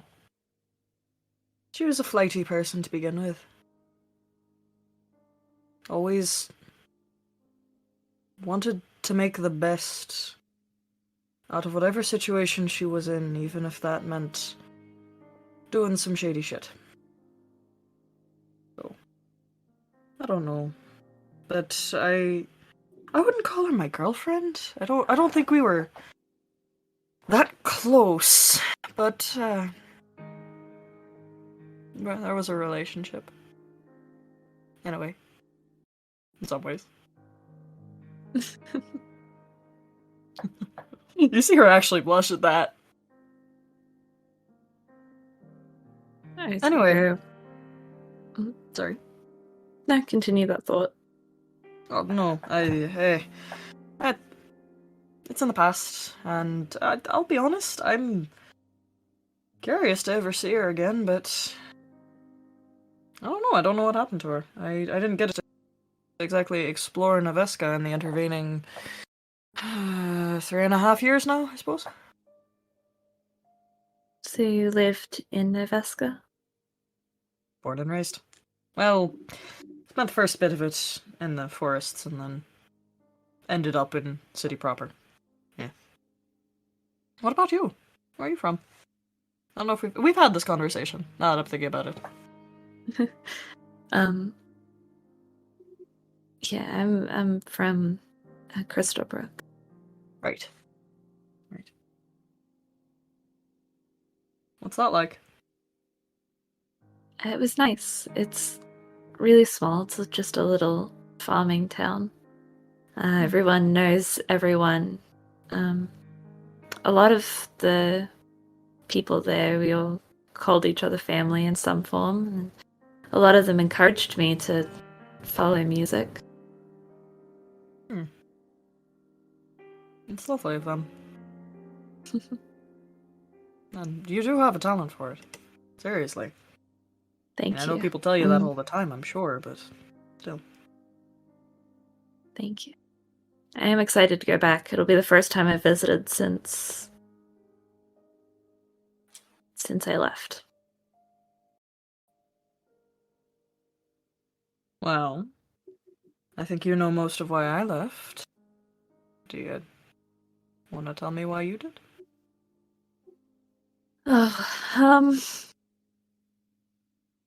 A bard came into our town. He was brilliant.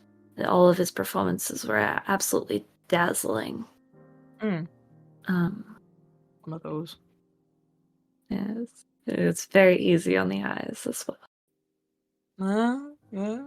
Common problem. Well, he saw me performing at one point and asked me to come with him.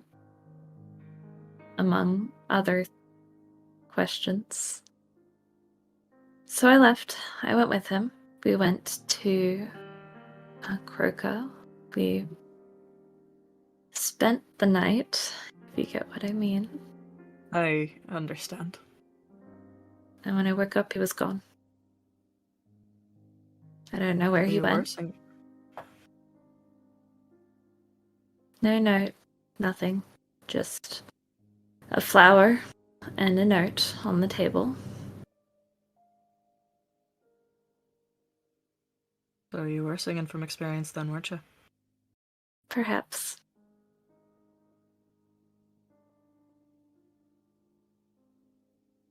It's That alright. was a fucked up thing, isn't it?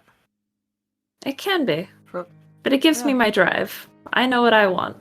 I know that I'm going to be a great performer because of it. So great, he will never escape my name.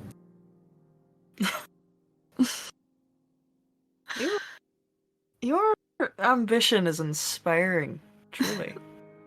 But, I don't know what I want. I don't know. It's changed a lot in the last few days. I think it's okay to explore what you want. Sometimes it's okay to just float. If you've spent so long only living to survive.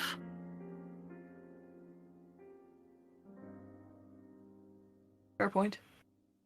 I think I have a goal that has been put in place before me, confusing as it is. I'm not entirely sure what all of it means. But I don't know what I want for me, just because I've never really been allowed to want something for me beyond food and other things. I suppose take the time to discover who you are and what you want. Good advice.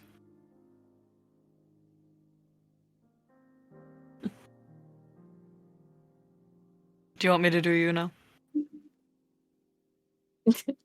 I think that after like the topic of discussion, she is going to go bright red and then go, "Oh, yes, you can do my hair now." Yes. I'm so sorry. I meant your hair. Never mind. We're not getting into that tonight. Yes, I will gladly do your hair. Aria will move and just go sit on the floor as well, just in front of Rook, and hand her the hairbrush.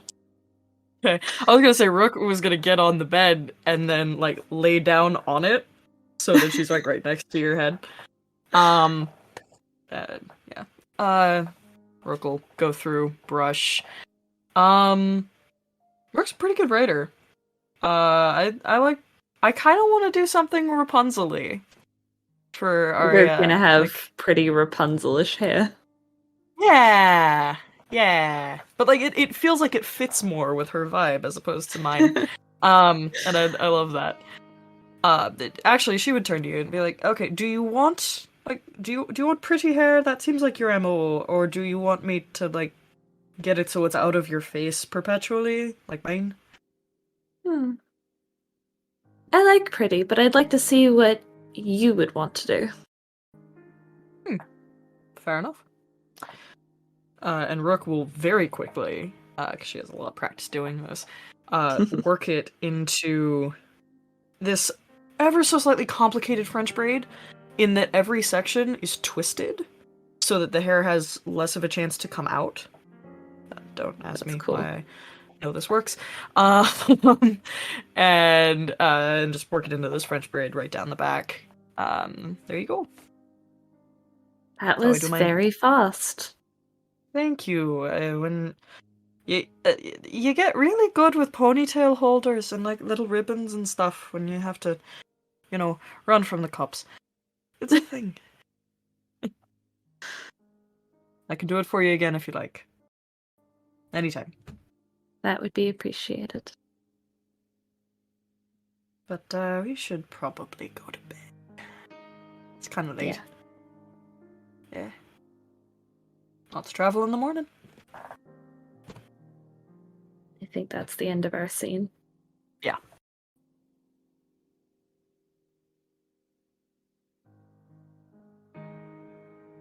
think you're muted. You're muted. Sorry about that. All right. Any other scenes, or should we wake up earlier the next morning? One just last little one. Kadath will drink into the early morning. Sitting at the bar area. Wait for, what was it, Charles? Chester? Chester, sorry. Yeah. CH name. Chester the Great to finish his performance, to wrap everything up. And I'm guessing the bar's kind of more empty by now. Everything's winding down. Well, by the time he's done, it'll probably be like just a little bit after midnight once everybody from the party pretty much goes upstairs. But there'd still probably be at least 40 people there. Well, then he'll walk up to him, give him a nod. Thanks. Oh, Sharing your space. You didn't need to, but you did. It was a good thing. well, no one ever makes a good reputation by being an asshole. So. Not only that, everybody starts somewhere, and I don't know. Guess I just didn't really have a reason to be rude. Unless I felt threatened, which, sorry for the brute comment. So. Not the easiest to look at, but you'll find me quite reasonable. You said it's not me. Hell nod. If you didn't catch, her name was Aria. You should spread some tales of her. She did a good job tonight, I think. I don't think she'll need my help. Always would be appreciated, though. I think it might be pandering if I did rather than letting her abilities show for itself. Well, with a name like The Great, you must have gotten it somehow. Maybe a story for another day. I'm sure I'll see you somewhere else. Do you need another drink before you retire? No, I must get heading up north. I've got a horse waiting on me, and the people of Crystal Brook are a bit impatient sometimes. Well, safe travels, Chester. You as well. Kadath will nod and go back to his seat. He'll do his usual gigantic flourish bow. And just before he leaves, of course, as theatrical as always, and everyone remember the day I came to Whitegate and threw a hell of a party. And then he'll kind of close the door behind him. He'll shake his head and smile. He'll wait for a reading lesson if one is to come. If not, he won't be too pressed about it. And that's all I need for the night. What's he waiting on? What did you say? A reading lesson. A reading? Probably not. At least not tonight, I don't think. Because I think you were heading to sleep, Lily? Or Aria? Aria is going to go down at some point in the night, probably just after she says goodnight to Rook, to go and do her nightly thing with Kadath, help him learn to read. My bad. So, after the reading lesson, after everybody retires early the next morning, you guys will kind of start seeing a little bit of the effects as you're heading into the 14th, close to fall. The leaves outside are starting to change colors, slowly starting to fall on the ground. A little bit farther out from town, you can start seeing this change kind of take effect. It's probably been going for a couple of days, but today's like that first real thick day that you kind of notice the oranges and the browns, and you kind of mix in there with the auburns and stuff like that as the leaves fall. And a lot of the leaves will kind of rake through the morning streets as there's little to nobody this early. most people have kind of gotten up for the day and have made their way, kind of out to the fields. So the inside of town is going to be relatively empty, besides a few people who are like the bread makers, the street cleaners, the such.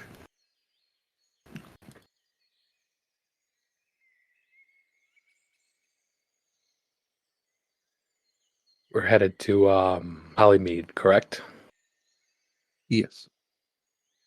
That is where your mission is. I need to know from the group, because I think we had said it, but did we have the intention of just passing through and moving on? Mm-hmm. Okay. In that case, it would be the perfect time, since it's the last day of high summer. Aelo is going to take another piece of paper and once more wax it up with a candle and a little bit of wick. With his ink pen, he's going to draw the image of a cat on one face of the cube, and on the other is a weasel. And he's going to light the paper lantern, and out the window of his in-room, he's going to send the paper lantern off into the sky until it goes out of sight, and he'll just sort of lean on the windowsill. Watch to see if there are any other druids out there doing the same thing at the change of the seasons. And he'll wait for Rishii to wake up.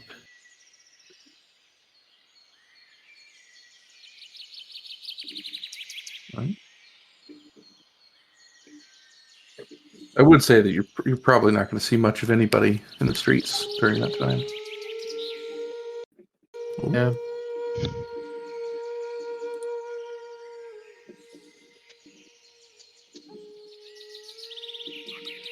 Anybody else?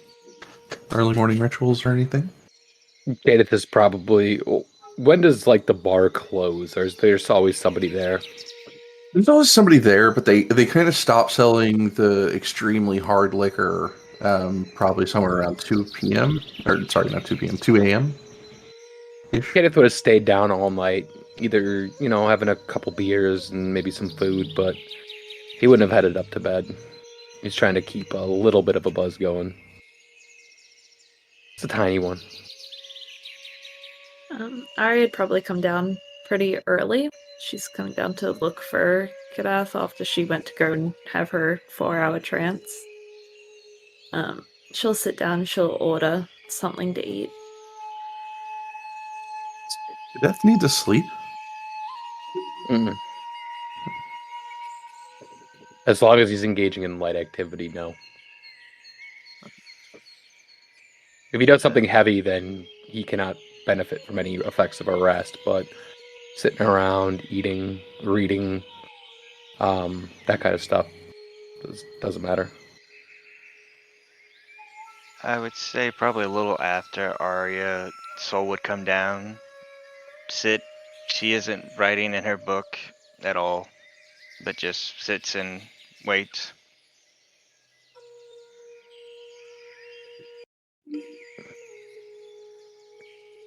Well, Rook could come down sometime later. Corey, I do have to ask, has she been having more dreams? Not last night, no. Okay, cool. She comes down pretty quickly after Soul. Oh. Morning. She would be down last. Carrying a bundle of fabric this time. Which she would set in front of Rook. There's one of one done. I'll get to yours as we travel, Aria. And I'll get to more proper clothing for you, Rook. That's finished. Oh, it's fine. Thank you. You did mine before yours? Yes, believe it or not, I can be selfless. said I would. Didn't And I think did. you had it in you. Appreciate your faith. Thank you nonetheless. Are you putting it on? Oh yeah. Kadath will say a little something, plant the back of your cloak when you're not looking, and the symbol that matches closely to your earring will appear on the back of it for a little bit. Shimmering in gold.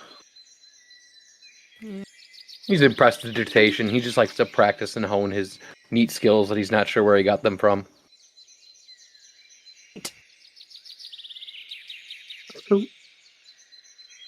Aelo will follow Rishii down a little after they've woken and said their pleasantries, and I kind of call downstairs after him, and I'll be like, Rishii, did you really need to buy 6 bolts? Well, it's 5 now, but I mean, 5 each and a one half. weighs as much as a thank you bedroll. Oh, did you girls have a fun night? And Alright, you'll just touch he her sort of hair. like motions at just does like the hair motion with his hand Rook when he gets the visibly puzzling blushes. glance. Yeah, it was a fun night. It was a You both lovely look time. lovely, and Rishii, actually, you're a very good seamster. Everyone acts as if a surprise. I have promise I can do things, just not digging the holes or lifting heavy things. There are other things in this world.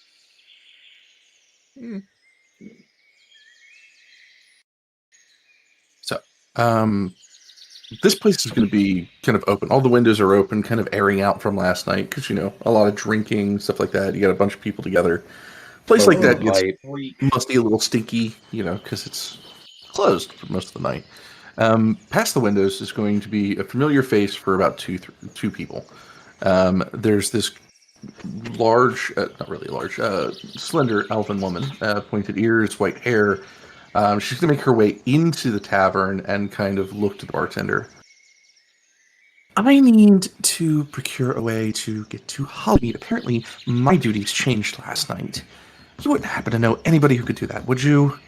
Aria's immediately standing up and going, Rebecca, we're headed to Holly Mead. Would you like to join us? Zero interest in input from the rest of the party. Yeah, like the bartender's got his mouth open, he's not. She'll turn around and then kind of look to you. Oh, hi. Yes. I need to get there. Job well done. Let's see. 105 gold. She sees your face. Okay. 110. Yes, that is perfect. That is The very sign agreeable. Thank in you. Rishi's eyes just ching, right then, Oh. Are you expecting resistance? Most people hold out for more money. His last minute, of course, and all the other guildies have left for the evening. So I don't have much option.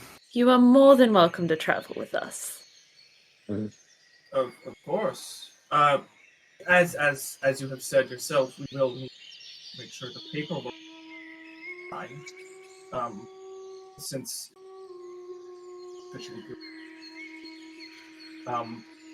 I think 110 will kind of tack on the fees for late minute, but it will previous business dealings that you've had with us. Is that kind of food and bedroll? A bed. I mean, I have enough fabric to essentially function as. Do you need one though? We can go out and get supplies before we leave. I'll need a bedroll. I shall go shopping. I shall see you in an hour. And she'll kind of drop the 110 gold bag, just kind of in Rishi's hand. You need a bedroll, you can just have this one. Oh no. No offense. Okay. I need something different. I knew Okay. that role. This is new. I haven't used it. Higher quality. No offense. None taken. Right. I shall be prepped and ready in 1 hour. I shall meet you here, or is there any other location you wish for me to see you at? Here will be fine. Oh, Huh? to meet us. Yes. And she'll head off towards the market section. Rishii is gonna hand that bag of. Just reach over and kind of give it Aelo. Yeah, we'll like take it, and I'll put like a hand on Rishi's head, and be like, "Do we know her?" Aria's just gonna cough and Yes. I'm sorry, and then sit down and go. I was a little overexcited to see her again. I think that Rook also shares my sentiment, and she's madly yeah, blushing, yeah. goes back to her food. Yep. Common problem. Anyway, When we- yeah, no, we've met. She got us the fabric at the store. 18 It was gold very and nice of her. 18 gold, 3 silver per person. Yes, not the fabric that I'm carrying. Has it. It's fabric.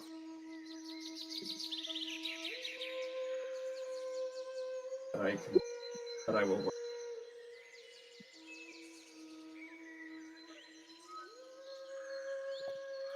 But yes, she is known. I hope she Yes. doesn't expect a cart, or a horse, or a donkey. You might expect it, but we don't have it. That's true, and she didn't say we had it, and she didn't ask. Contractually, I don't want anything wrong. Do you think Well, maybe as we a- should ask her why she needs to go to the same place we need to go? I mean, we could ask while traveling. This amount of pay is usually to not ask questions. She did say She did- to the barkeep that her duties had changed. She was headed to Croker originally. Yes. What is So her the- duties? To be honest, I wasn't paying that much attention. Yeah, she was a little distracting. Sorry. Anyway, If you say Um, so. yeah, she's nice. She's nice. We like her. We're good. Can't always trust nice. No, of course not. Nobody's nice for free. I've said it before and I'll say it again, but she did pay us. So. And it was up front too, which is nice. Yeah, I didn't. Honestly, that was kind of the biggest surprise. I don't trust her. Or don't trust her all you want, but this gold in our hands. Mm. Tis money. You happened to mention that you are going to Holly Mead before she barged in at the bar just now. Did we say we were headed to Hollymead? I don't remember you saying that we were going to I Hollymead. don't think I so. We said I we didn't were say going- Holly Mead. Yes. Well, if not, South. then she's done nothing to seed my mistrust. So, exactly. I don't trust many people. As Thanks. Rishii said, you are allowed to not trust her. She could just have powers similar to mine, but more advanced.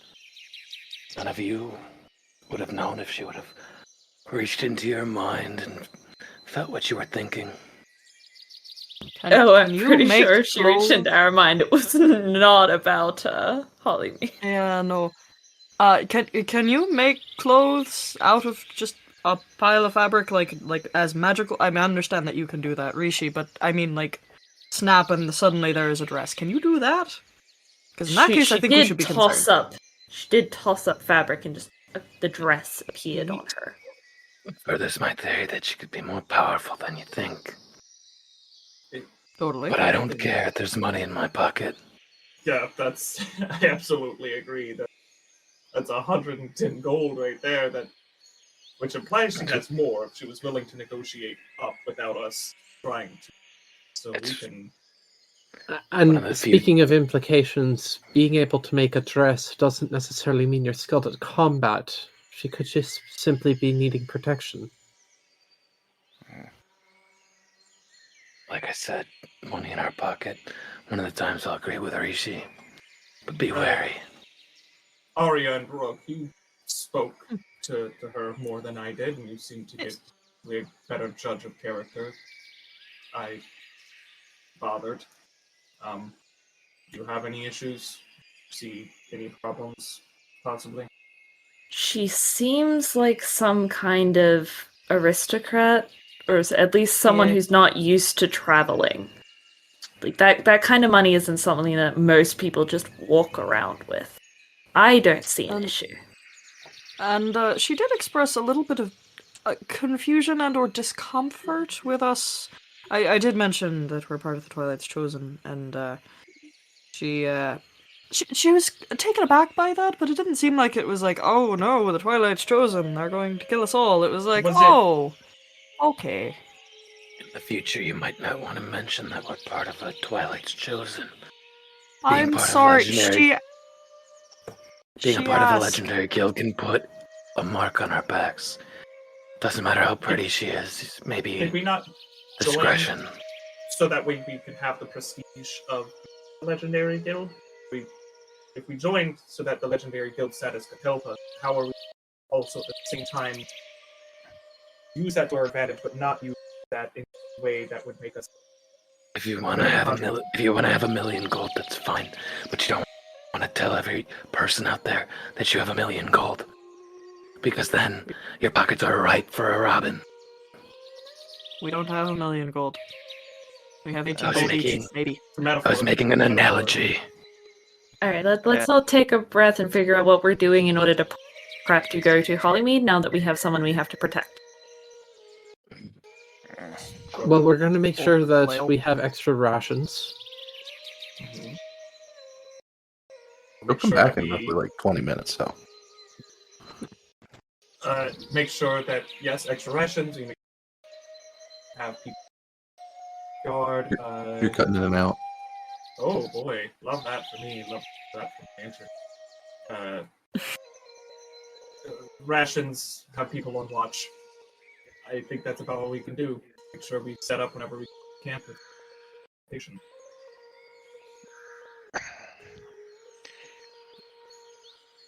Is there any other supplies or gear that anybody else needs or wants before we leave?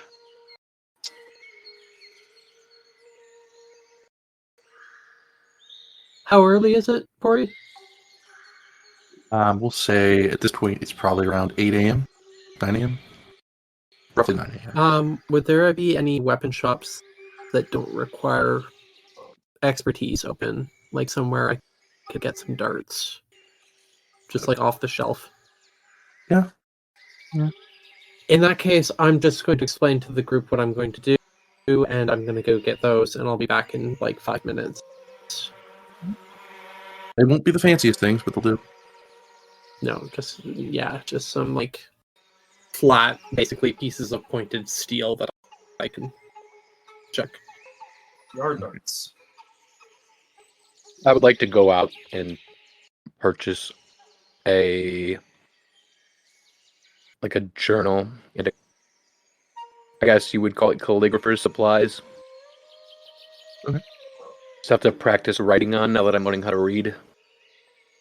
So I think that would probably turn out to about 3 gold. Okay. If it's possible to just roleplay that for a little bit, because Aria would go with Kadath, and she would pay for the notebook. Actually, if that's communicated, or if I can remind you, we actually have 2 blank books from when we dispatched, or when we found the dispatched Blackhand. So we have a journal in our inventory. He wants his own fresh one. Okay, yeah, that's fair. That's cool. One that wasn't used for nefarious purposes at some point. But Aria does want to, like, on the walk to the store, just have a small conversation. She'll just, at some point during the walk, just very quietly go, I was thinking about what happened in Nottingham. And then the voice will shift to her mind. What were you thinking about it? That if you weren't there and I'd gone to see if she was okay, I could be the one who was also pinned against the tree. I could have died. I just wanted to say thank you. I don't know what I did. I feel like somehow it was my fault. Strange things happen around me. You were out there. I don't think it was your fault. She didn't seem like she was talking to you specifically. No, I mean the thing that came from the water. That's what I mean as well. I don't think that she was there because of you. Strange things gonna happen when I'm around, especially water. But I didn't think about it. I didn't want to lose someone else. You'd have to say thank you. I'm sorry that seeing that had such a bad effect on you. I do feel though that having that memory can serve you well, be a good reminder. I think while traveling it was good to get it over with people that I trust. Knowing that I'm safe while we traveled to Whitegate helped. And it's probably not the first time, like the last time that I'm going to.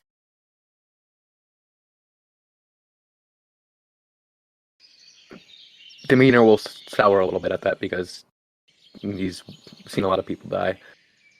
No, probably not.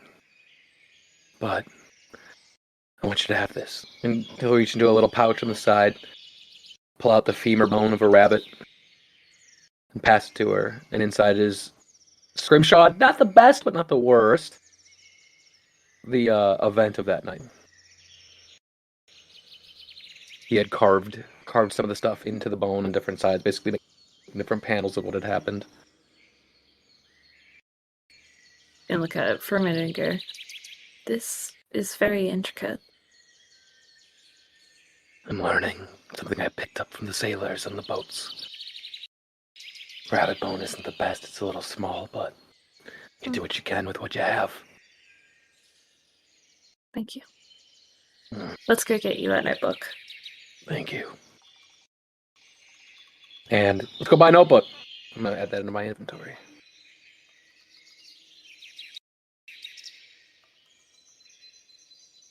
All right. Well, easy to find one. They're fairly cheap, and I would say the interaction would be fairly standard. You go in, you find a good notebook that you like, however you would like to describe it. Pay your certain coinage, and you're out. Nothing really of note to mention. Once that's done, would we want to meet up back at the inn? Mm-hmm. So you guys will all kind of arrive back at the main door. You'll come from the left towards the market district. You'll have this bag that is following her, just kind of dragging on the ground. Not like she's dragging, like it's just literally following her, dragging. And she'll just, we ready? I do like a quick once over of her and hearing like the things she's done magically. Can I see if maybe what kind of magic user she is? If she's a wizard or she has a book, or if she looks more like she doesn't require that kind of stuff for magic. You can definitely attempt it. What would it be? Investigation? Insight or investigation. I'll do insight. I pushed it and it didn't go. Try again. It didn't? Oh, it did go. So it's 16. So like, there's mixed tales right there because she's got like a little hip booklet. but a lot of like what she's doing, she's not reading from a book to do it. As far as what you've seen, she doesn't. And the biggest tip off is like she's got to be some sort of mix of something, because she'll kind of pull out her little booklet and kind of read through it, nod a little bit, and then close it before she casts a spell, which is Phantasmal Speed. Not Speed. Phantasm Steed. Phantasmal from- Speed. Yeah, so she's going to basically look to the watering well just in front of the tavern, where you would kind of like hook up your horses and stuff like that. And from that, basically a horse will materialize in water. And it'll kind of stomp around towards her, which then she'll kind of flip a finger, and the items, the bag, will kind of go onto the back of the steed, and then she will hoist up onto it. I need to learn that spell. It seems pretty useful.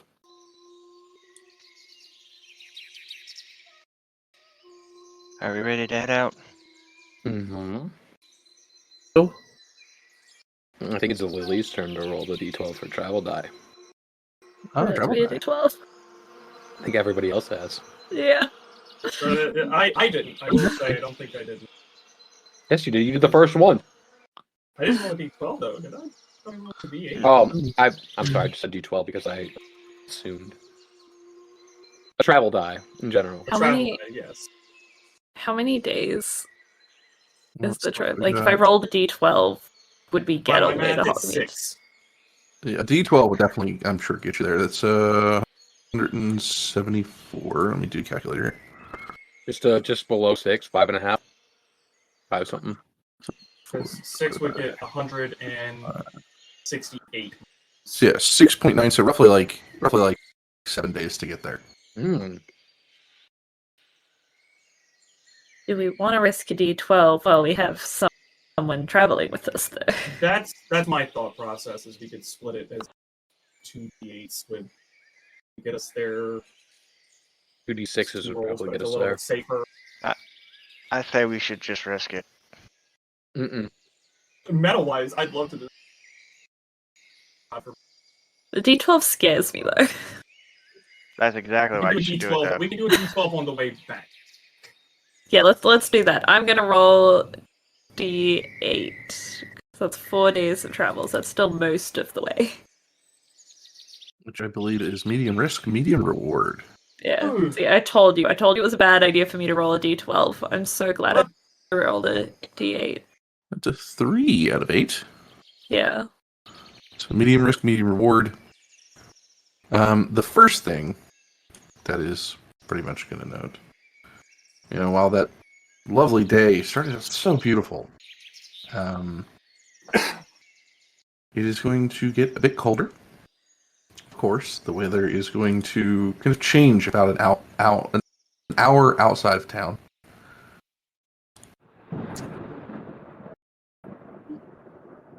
And for the first time in a few days, rain is going to set in. So start trickling down as you guys head on out. oh, well, this is fantastic. Kadath looks pretty happy as well. Nothing preps a good crime scene, especially arson, than a rainstorm.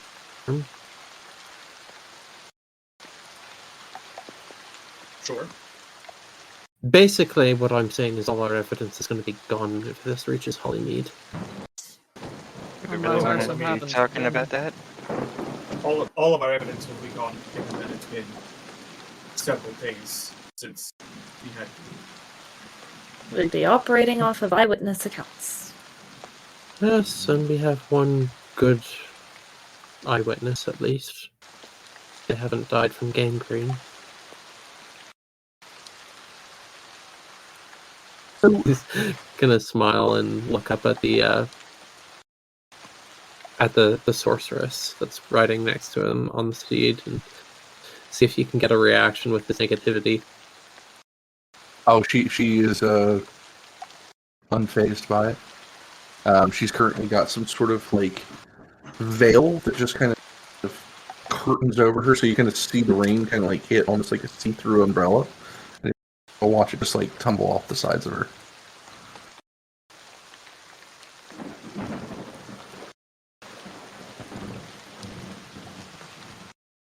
How bad's it raining?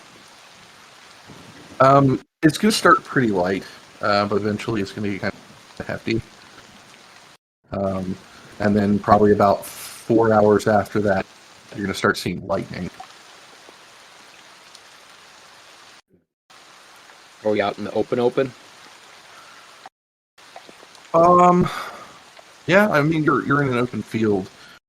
There's a few trees kind of to the north, maybe a couple of miles down the way, but for the most part, it's open plains.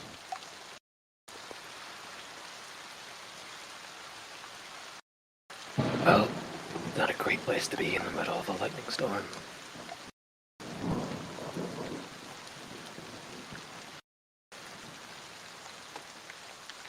So, seeking out shelter? I don't know what we can do. There's not much shelter. Being the highest thing in the area is not good. But there's only a couple other high things. Being next to that's not good either. Have we considered digging a hole? Which would fill with water. Ah, shit. Yeah. We should just keep going. It'll pass. That seems like the best option.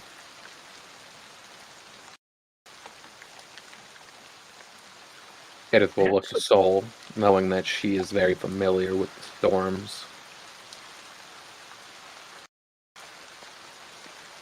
In her mind, Oh, go ahead. in her mind, she'll hear any insight on when this one might pass. Yeah, would I know being like a Tempest cleric? I mean, you could give a nature check, but I don't think directly it would give you any kind of I didn't figure. meteorological. Judging by a storm like this, it could be hours, maybe days. Oh, I can do better. I'll cast Druidcraft. What's the weather going to be like in the next 24 hours? Rainy.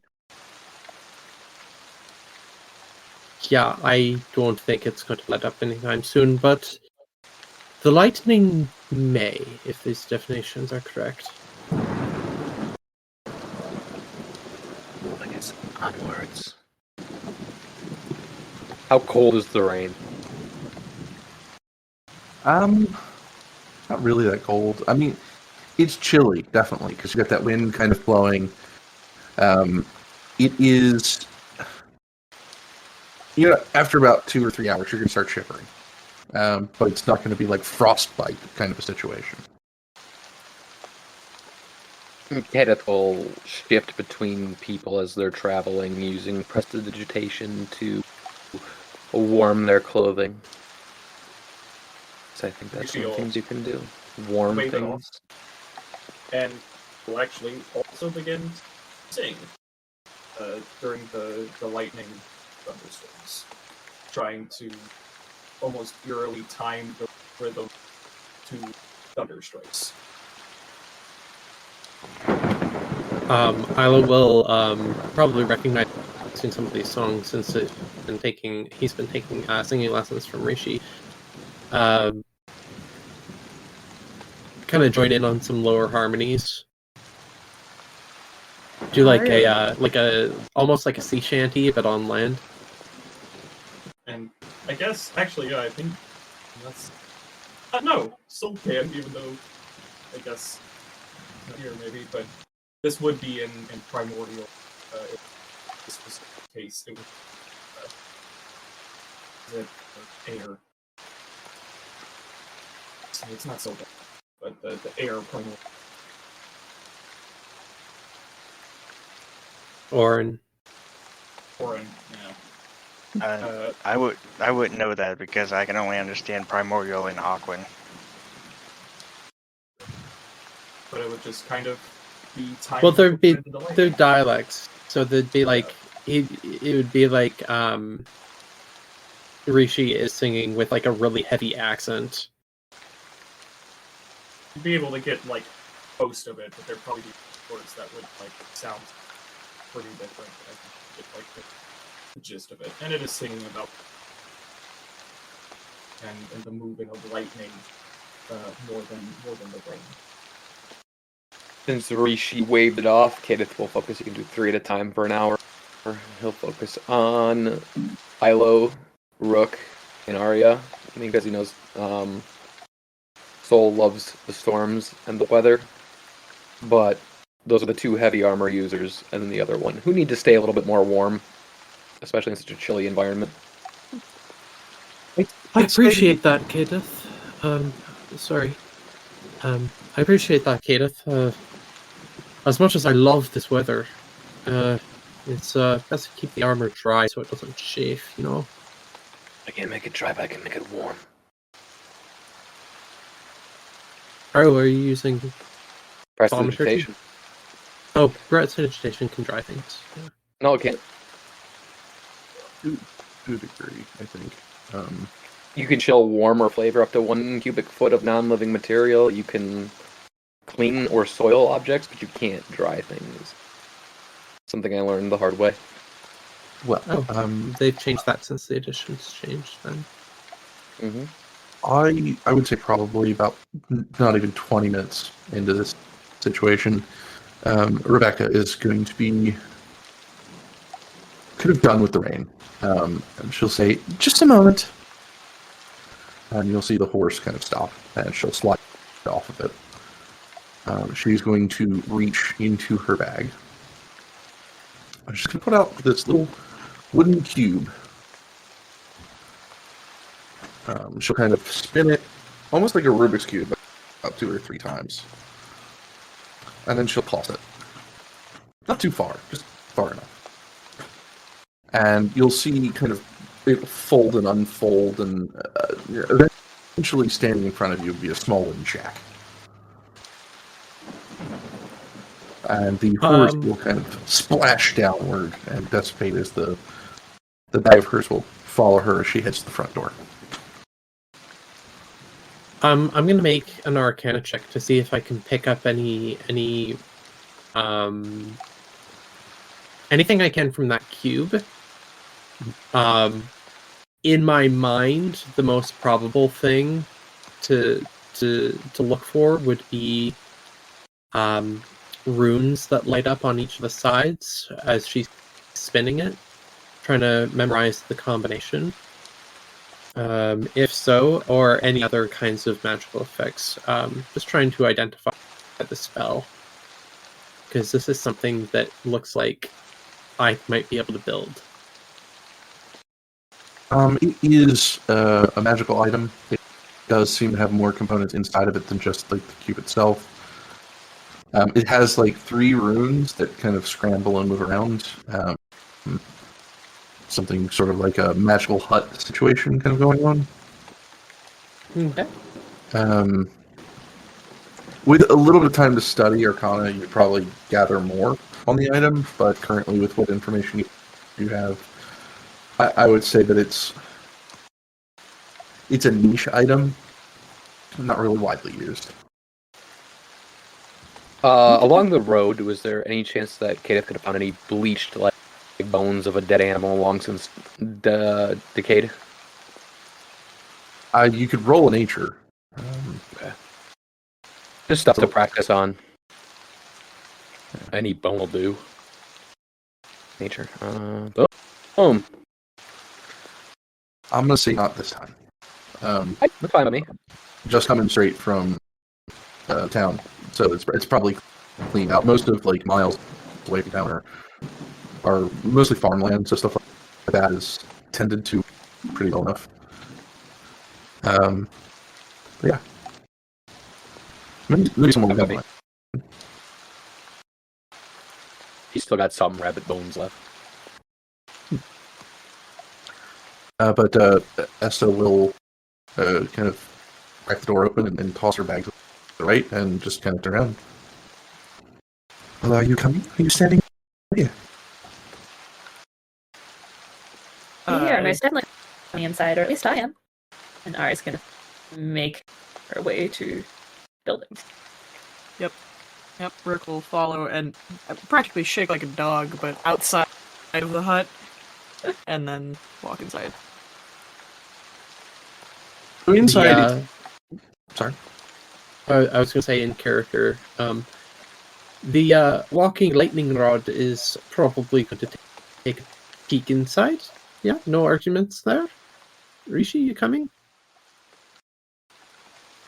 In a minute, I think I'll enjoy it for a bit. But I will set my bag to ride for a bit.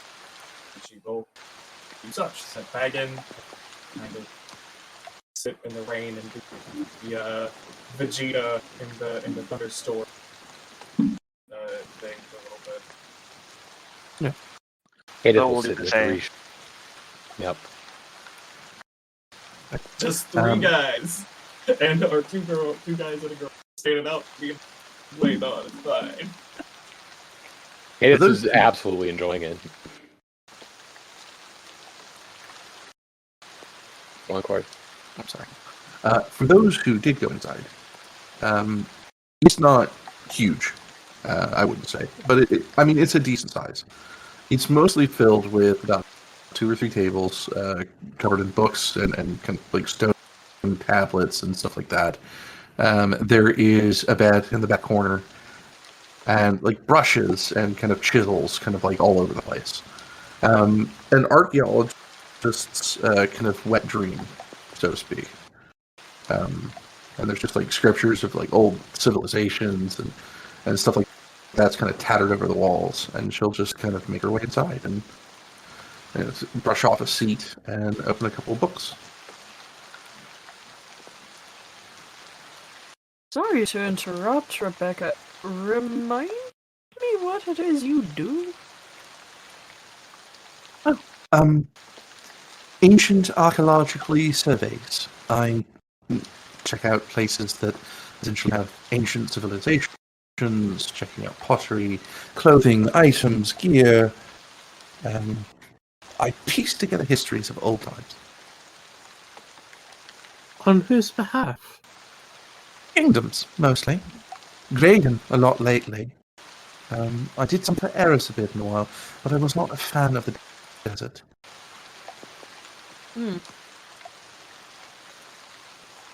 Fair. I'm partial to forests myself. It's like swamps. Dreary. I love it. I never much cared for the swamp, but that might be bias on my part. Bias of experience. Rebecca, is it, then? Yes. Could I be so bold as to ask if I might study your wooden cube? I completely understand that there might be unintended consequences if I actually move any of the parts, so I promise not to do it. I would just like to... Well, it reminds me of something I used to... or built once for someone very dear to me, and I would like to learn its secrets. Sweetie, I would love to, but you're standing right in it. Oh, Once we're done and it reverts back to its original form, I don't mind.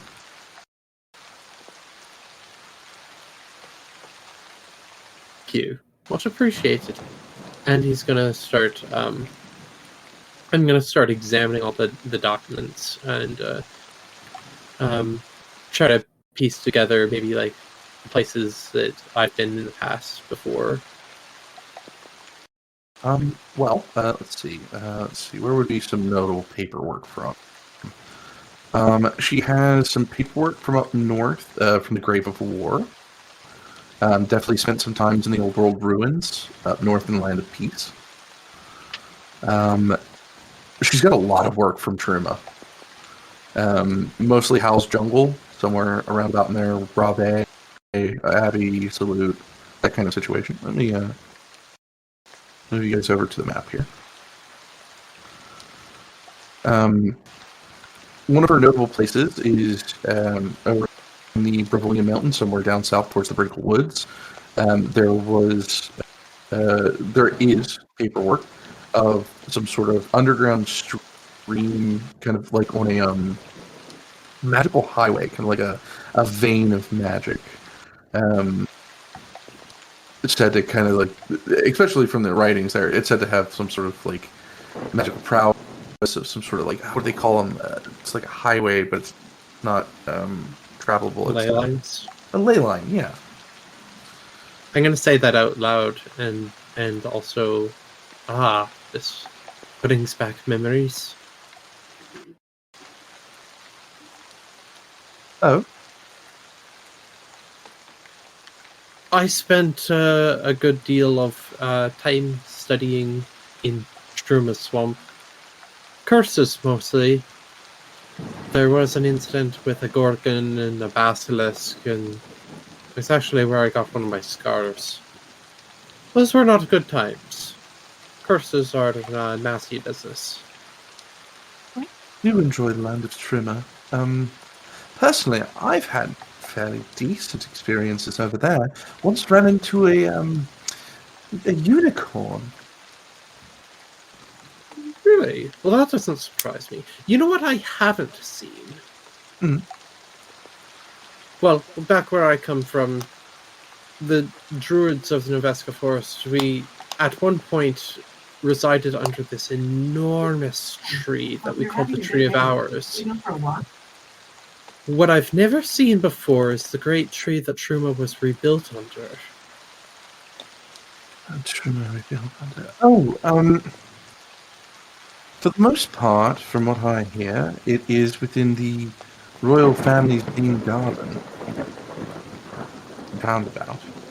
And that's if you're talking about the old and new Trimmer.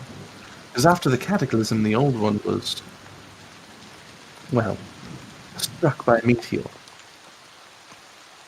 Yes, I'm talking about the tree that is said to be the biggest one in all of Talalia.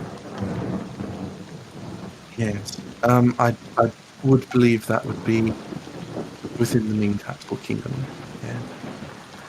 I haven't seen it myself either. Not much for the royals there.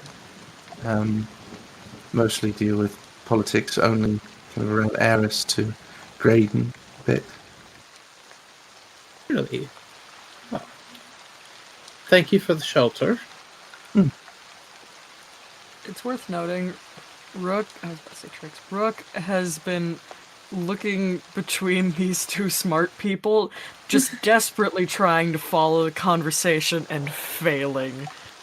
It's okay, but Aria's sitting next to you just like that. Let me yeah, see here. Hold on. perked up with the mention of Noveska Forest. 21. At some point, I think she's going to notice and just kind of give you like a side smile and a wink.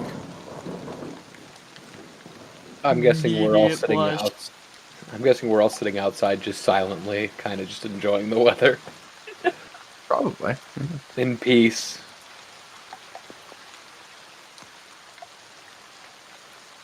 I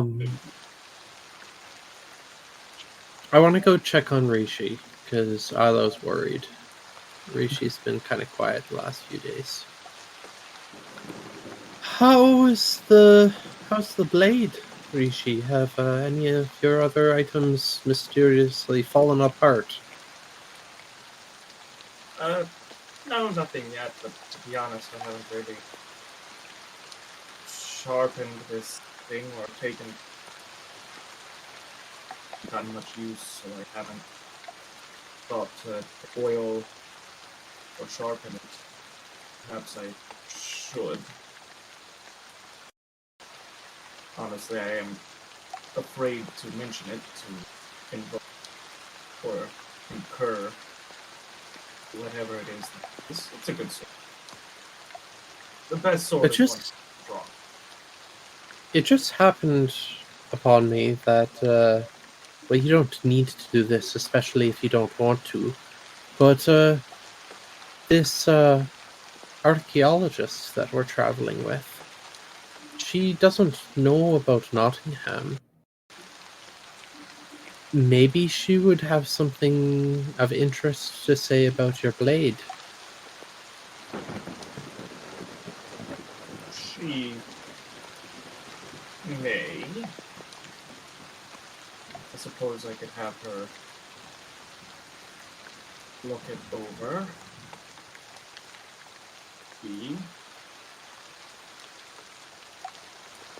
Oh. But I Perhaps later, once the rain stops. I think if we could just get some rest. Sorry, this weather reminds me of times gone. Thought I could just take some time to be there. I understand, and I'm going to take off my chain and take off my greatsword and put it in the hut, and then I'm gonna come back outside, sit beside Rishii, and ruffle his hair really, really messy, because I like it like that. Terrific God, wet hair in the face. Just absolute worst. But Rishii will just kind of look, smile, flick the hair back. Better get inside, old man. Quite as a flare up, man. Go sit by the fire and warm. Not a chance. But Rishii will actually kind of reach up for Aelo's hand once Aelo approaches. Assuming Aelo puts out his hand, will pull himself up and walk inside. Shoes off, going into the house, or into the hut, and then we'll sit down and kind of get comfortable.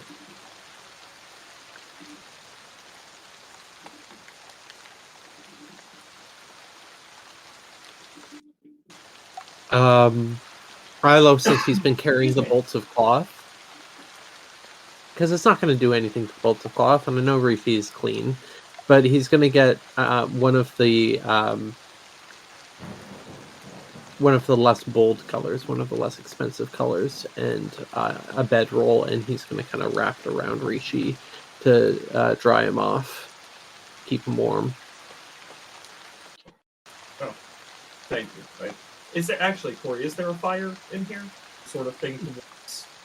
Yeah, so there's definitely a fireplace. I know there are a couple of kind of stones with a little bit of clay on top of them baking, just in front of it. Kind of like she's trying to take an impression of some of the stones. But yeah, the place inside will be rather warm, dry, kind of temperature controlled, really, because it looks like a lot of her works and stuff that are in here are very delicate for some of them. So you gotta be careful with stuff like that. Okay. Yeah, then Rishii will move over there. We'll kind of fold the cloth up and try to arrange things right by the fire. Dripping on the fire too much, catching on fire, or that she's doing. All right. Well, I would love to continue. However, guys, I think we have reached the end of our day as we wrap up onto our third hour here. I want to thank everybody for being here. I want to thank Sirenscape for allowing us to use these lovely sound effects. If you have any questions, check out Sirenscape. We've got a list in our podcast. Pretty much every sound we use, you can click it, go to it immediately, see everything. I want to thank Cobalt Press. We're going to be using some stuff from their books here soon, between Creature Codex and the Tomes of Beasts. Yeah. Well, thank you guys for staying here. Thank you guys for being here with us through this episode, and we hope to see you again next week. And remember one thing, keep your opportunities open.